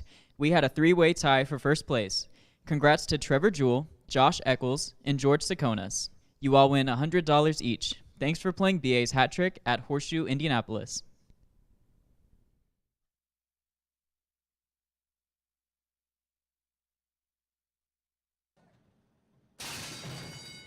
And the rough. Macho Justice. Jenny's Beignet with an early move. Musty Red over toward the rail as they head toward the first turn. It's Jenny's Beignet. Jenny's Beignet and Musty Red as they enter the first turn. Macho Justice just off them.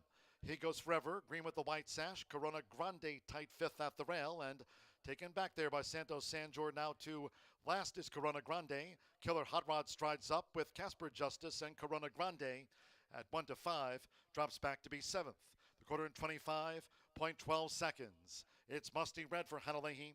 Musty Red leads the race with not a lot of pace. It's Musty Red allowed to dictate terms. Leads here by 2.5 to Jenny's Beignet. A couple more to He Goes Forever, Killer Hot Rod in the white cap. Casper Justice is a wide fifth. Macho Justice and Corona Grande. It's Musty Red, an 11-1 target for Jenny's Beignet, still tracking well. Half mile for Musty Red, clock 49.32. They round the far turn. He Goes Forever with Killer Hot Rod fourth on the outside. Casper Justice, Corona Grande being driven through the turn. Corona Grande's under pressure some.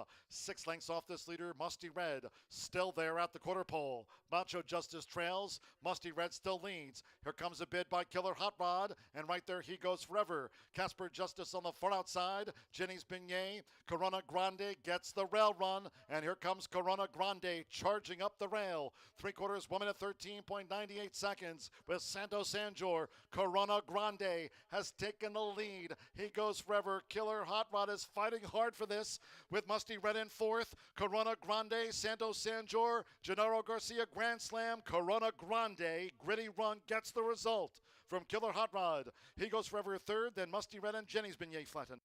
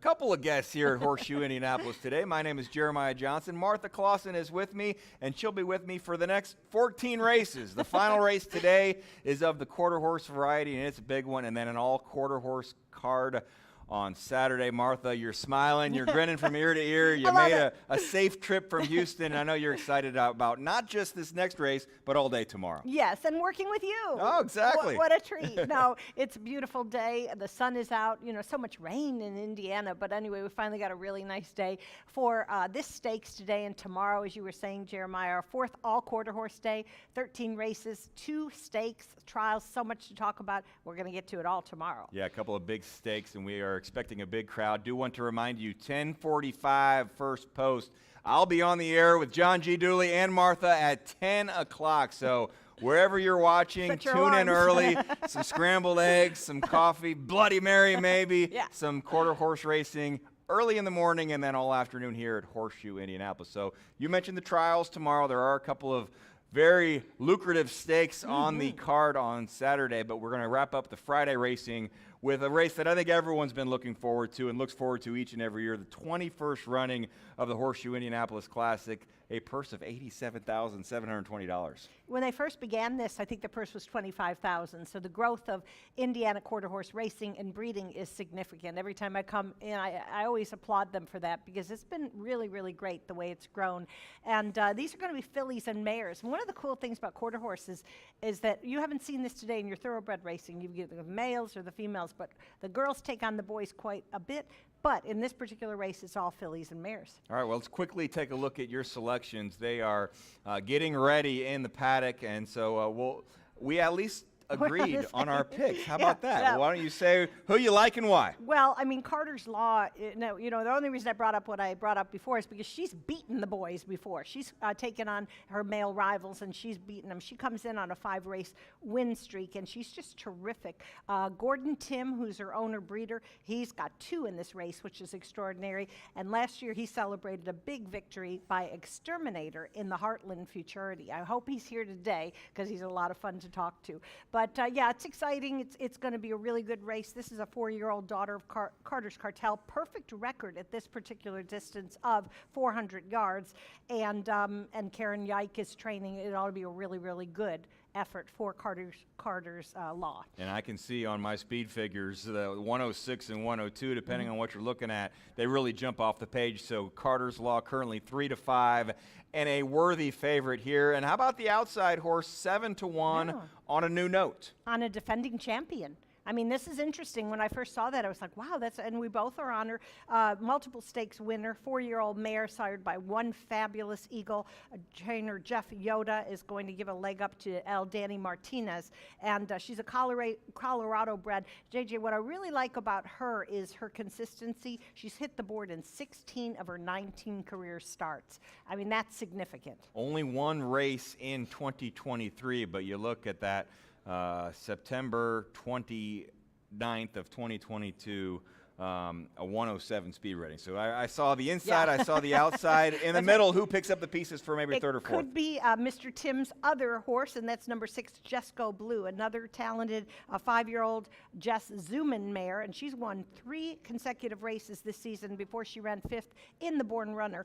But that was her first race off the layoff. So, you know, that was significant. I think one of the things, I think you're going to see an improved effort under veteran jockey Shanley Jackson. All right, this should be an exciting race. So, wagering strategies, your pick is 3-5. You're not going to make a lot of money long-term betting 3-5 or 4-5 to win, but maybe a trifecta, maybe an exacta, maybe even a superfecta? Well, we have the 10-cent quarter horse pentafecta. Okay. And when I'm doing my handicapping, I always give 5 choices because you can box 5 horses for 10-cent superfecta, and it's just a $12 bet, and they've been paying in the hundreds. So I go 1, 10, 6, 7, 4 if anybody wants to put together a quick quarter horse pentafecta box. So that would be my suggestion. It's going to be a great race. I'm excited to be down there and interviewing the winning connections afterwards, and super excited to be working with you and John tomorrow. Can't wait.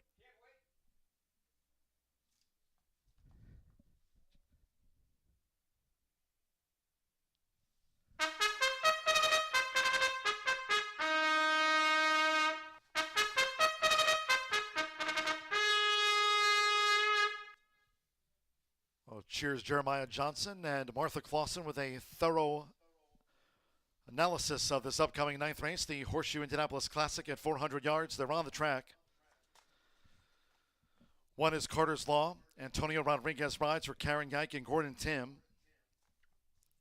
Richest running ever of the Horseshoe Indianapolis Classic at the 400-yard distance. 2 Not Your Favorite with Martin Munoz riding for Ricardo Martinez. 3 Scandalous. Javier Tavares up for Jose Huerta and Aguila Negra Racing Incorporated. The 4HF Whoopi with Edgar Diaz up. Claudia Barraza trains for Campos Family Ventures LLC. 5 A Lot of Lovin' with Alvaro Hernandez, now trained by Rich Rittell, owned by Walter Dick Harrison. 6 Jesco Blue with Shanley Jackson, another one here trained by Karen Geik for breeder owner Gordon Tim.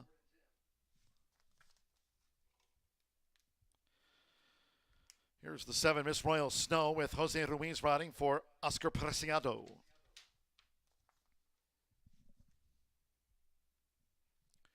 The 8 is 1 Cold Hearted Diva. Giovanni Vasquez Gomez for Jess Vasquez and Bennett Racing Stables.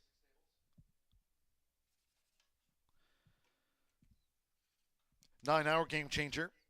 Rolanda Pina for Tim Eggleston, breeder owner, CW Mamanex.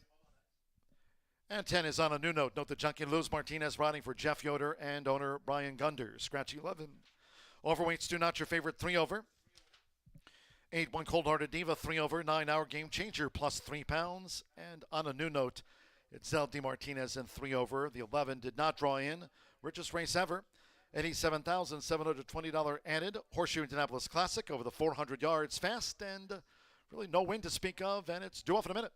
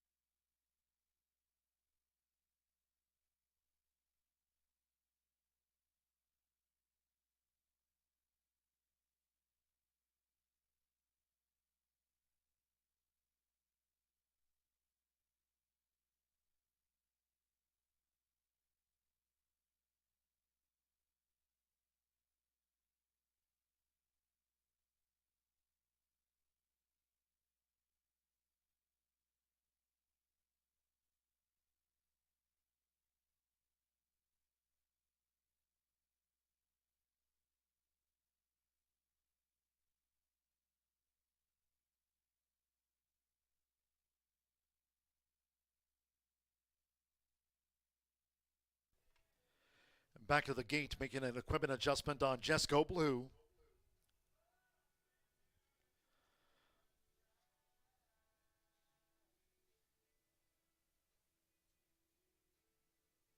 The drone view there a moment ago, adjusting the tack for Shanley Jackson on Just Go Blue. That mare in back of the gate at the 400-yard start. Horseshoe Indianapolis Classic due off on a fast track.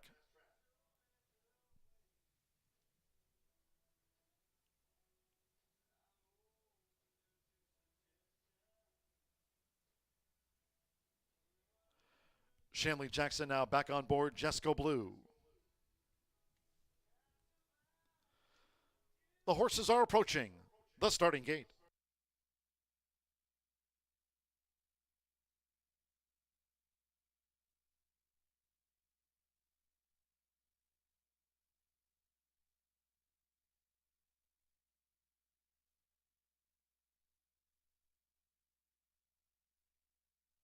The horses have reached the starting gate. It's post time for the Horseshoe Indianapolis Classic.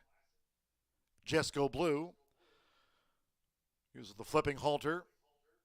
Just Go Blue, first up and in. One Cold-Hearted Diva.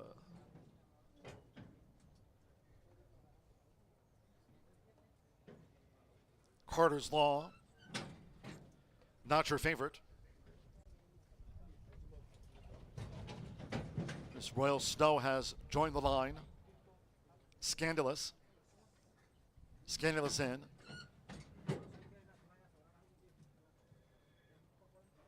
Our game changer coming up. Drew 9. Carter's Law, the 4-5 favorite. It's 9-2 on a new note and Scandalous. HF Whoopi. A lot of lovin'. 2 back. Our game changer. Stand by. One more Luz Martinez with on a new note. Carter's Law. The mare with the rail. The 3-5 favorite. 400 yards. Richest purse ever in the Horseshoe Indianapolis Classic. All in. 400 yards. And they're off. A lot of lovin'. Carter's Law with the rail. Past the 330. Scandalous in the blue blinkers coming with a charge. Not your favorite in tight quarters there. Squeezes back. Far outside on a new note along with on One Cold-Hearted Diva. Here comes One Cold-Hearted Diva. Miss Royal Snow. They close on the line right there. Just Go Blue and Carter's Law. Just Go Blue dived out at the finish of the Horseshoe Indianapolis Classic with Carter's Law. Miss Royal Snow. Scandalous was right there with One Cold-Hearted Diva too. Driving finish to our feature of the day.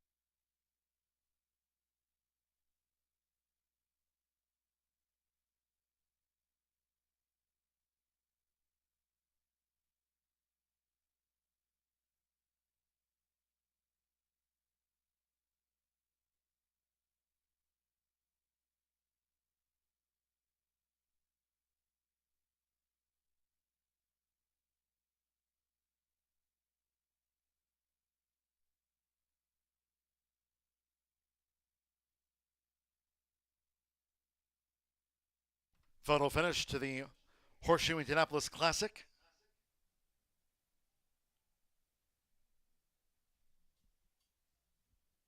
It'll be a nose between Just Go Blue and Carter's Law. We're standing by for the judge's verdict. Richest purse ever, $87,720 added. Horseshoe Indianapolis Classic, and stand by for the result of the photograph.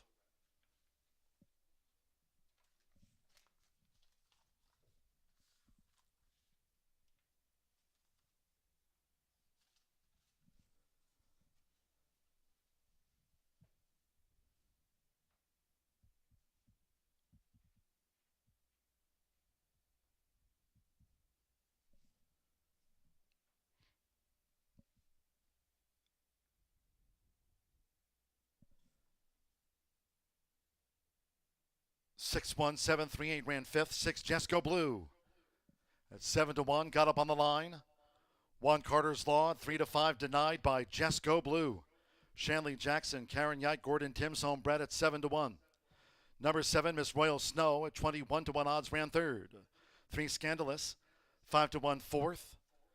And 1 Cold-Hearted Diva gets into the quarter horse grand high 5. Shanley Jackson. trained by Karen Yike. 4-time winner will be Just Go Blue. Jess Zuman mare at 7-1. Just Go Blue just got up on the line.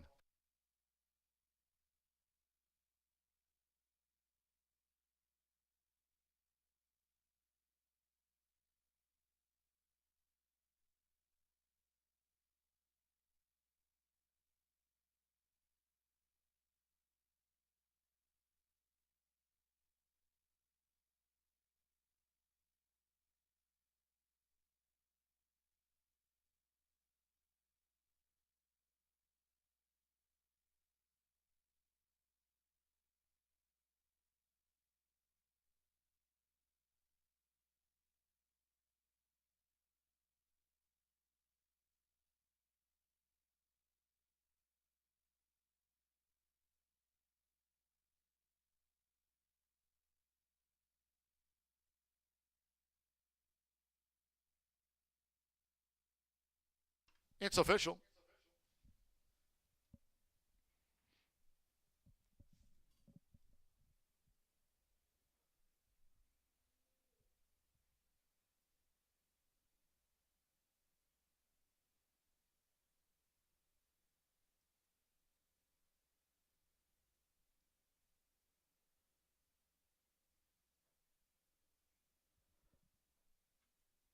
.07 after the Horseshoe Indianapolis Classic for the 400 yards fast, 20.07. Returning to the high bar real estate winner's circle, the 6, Just Go Blue. There's Shanley Jackson. Just Go Blue, 5-year-old bay mare by Jess Zuman. At a Miss Louisiana Blue by Jess Louisiana Blue. Bred in Indiana by Gordon L. Tim. Karen Yike trains for Gordon Tim. Horseshoe Indianapolis congratulates the winning connections of Just Go Blue.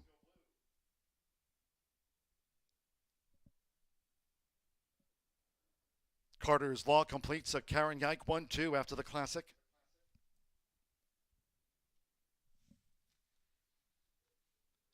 Just Go Blue, a nose to Carter's Law, both for Karen Yike. Richest running ever of the Horseshoe Indianapolis Classic. $87,720 added this year. Martha Clausen will have the winning connections. Post-race interview for the Horseshoe Indianapolis Classic. Results in 6-1 exacta, the Karen Yike 1-2, 68.40. Trifecta, $188.85. 3-6 double paid $29.20. Superfecta, $132.53. Pick 3 paid $37.05. And the 10-cent Pentafecta, $780.19. One Cold-Hearted Diva ran 5th.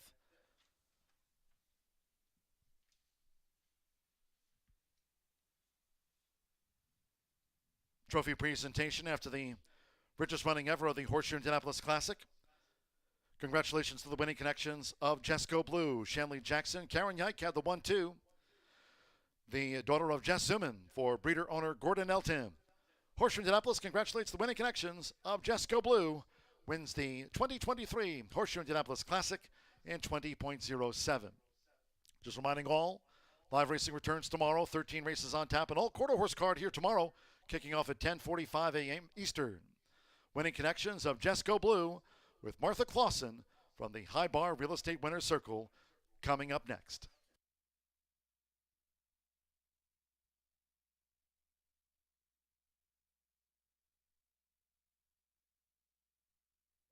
We have a lot of smiles here in the winner's circle, and for good reason. Oh my gosh, Gordy Tim, my main man, bred the first and second place horse. Look at the cheering squad for him, and who couldn't? I've always loved you ever since Exterminator won last year. And how exciting, Karen Yike. We're going to talk to you in just a minute, but Just Go Blue. Shanley, we couldn't tell what was going on in the beginning, and then all of a sudden, boom, like a rocket, you just broke through at the end. Tell me about that trip.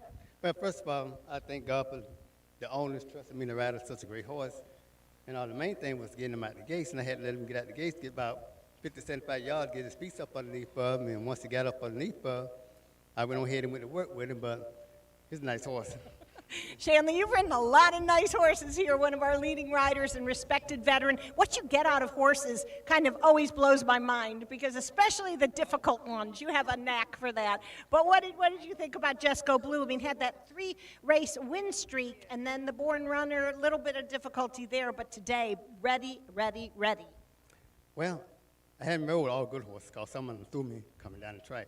But anyway, it was a calm, nice horse, you know, and I let him be comfortable, wherever he was comfortable at. That's where I let him stay at, you know. And I felt like, you know, when I hit him 1 or 2 times, you know, he responded. So I said, okay, he liked that. So I just go 2 more times and get him on out there and be good to go. Shanley's always got the word. All right, well, congratulations. We'll see you a lot more tomorrow. And Karen, come around. This has been a great week for you. And as I just overheard you say, this win has turned your year around. Do you want to expand on that? We've just had a lot of bad luck starting out, and we had a good second Wednesday night, and then this just is, I just thank you, Lord. That's all I say. I'm grateful for good owners that trust us with their horses, and I'm just so glad to have them in our barn. Well, you know, and the layoff and everything, just Go Blue responded so beautifully. Carter's Law, that streak going into it, 2 very classy mares, experienced, and gave their all today. Incredible. Oh, wow, the cheering squad. All right. Well, Gordy, can I get you to say anything or no? Oh, okay, Gordy, too. You know me. I would just like to thank everyone that's involved with those 2 horses. Everyone, from the barn up and all the way. They're just nice horses. You know, Gordy, you breed them, and then you really hope for good luck, good training, good everything. Sometimes, you've been in this business a long time, it doesn't always work that way. But what a thrill to run 1, too. Yes, it's quite a thrill. All right, well, we love to see the smile on your face. What a great connection, and what a terrific way to kind of kick off our all-quarter horse day tomorrow. So join us, 10:45 in the morning, 13 races, a lot more stunners like Gordy Tim's homebreds you're going to see tomorrow. All right, guys, good luck, good night, and we'll see you tomorrow. Thank you.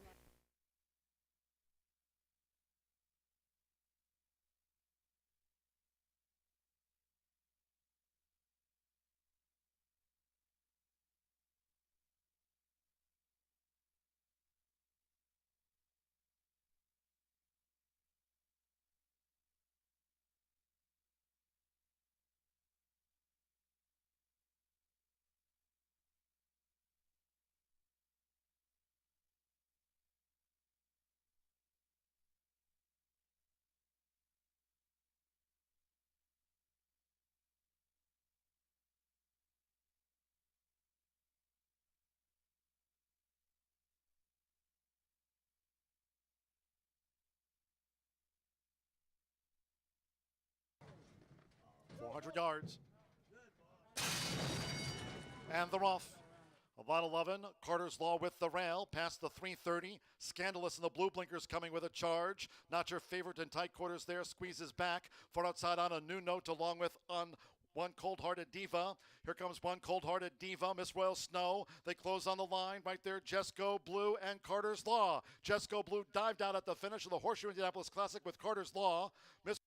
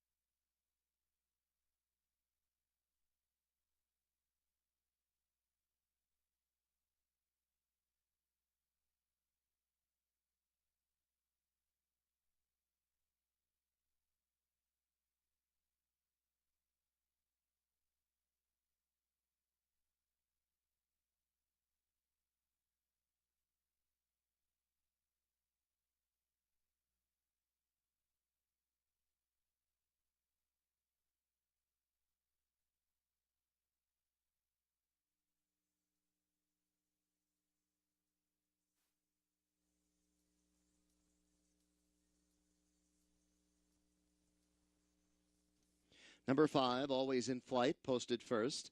Number 7, Beauty and Grace, second. Number 9, Sweet Tell, third. Number 4, MAAK, fourth. 5-7-9-4 is the unofficial order of finish.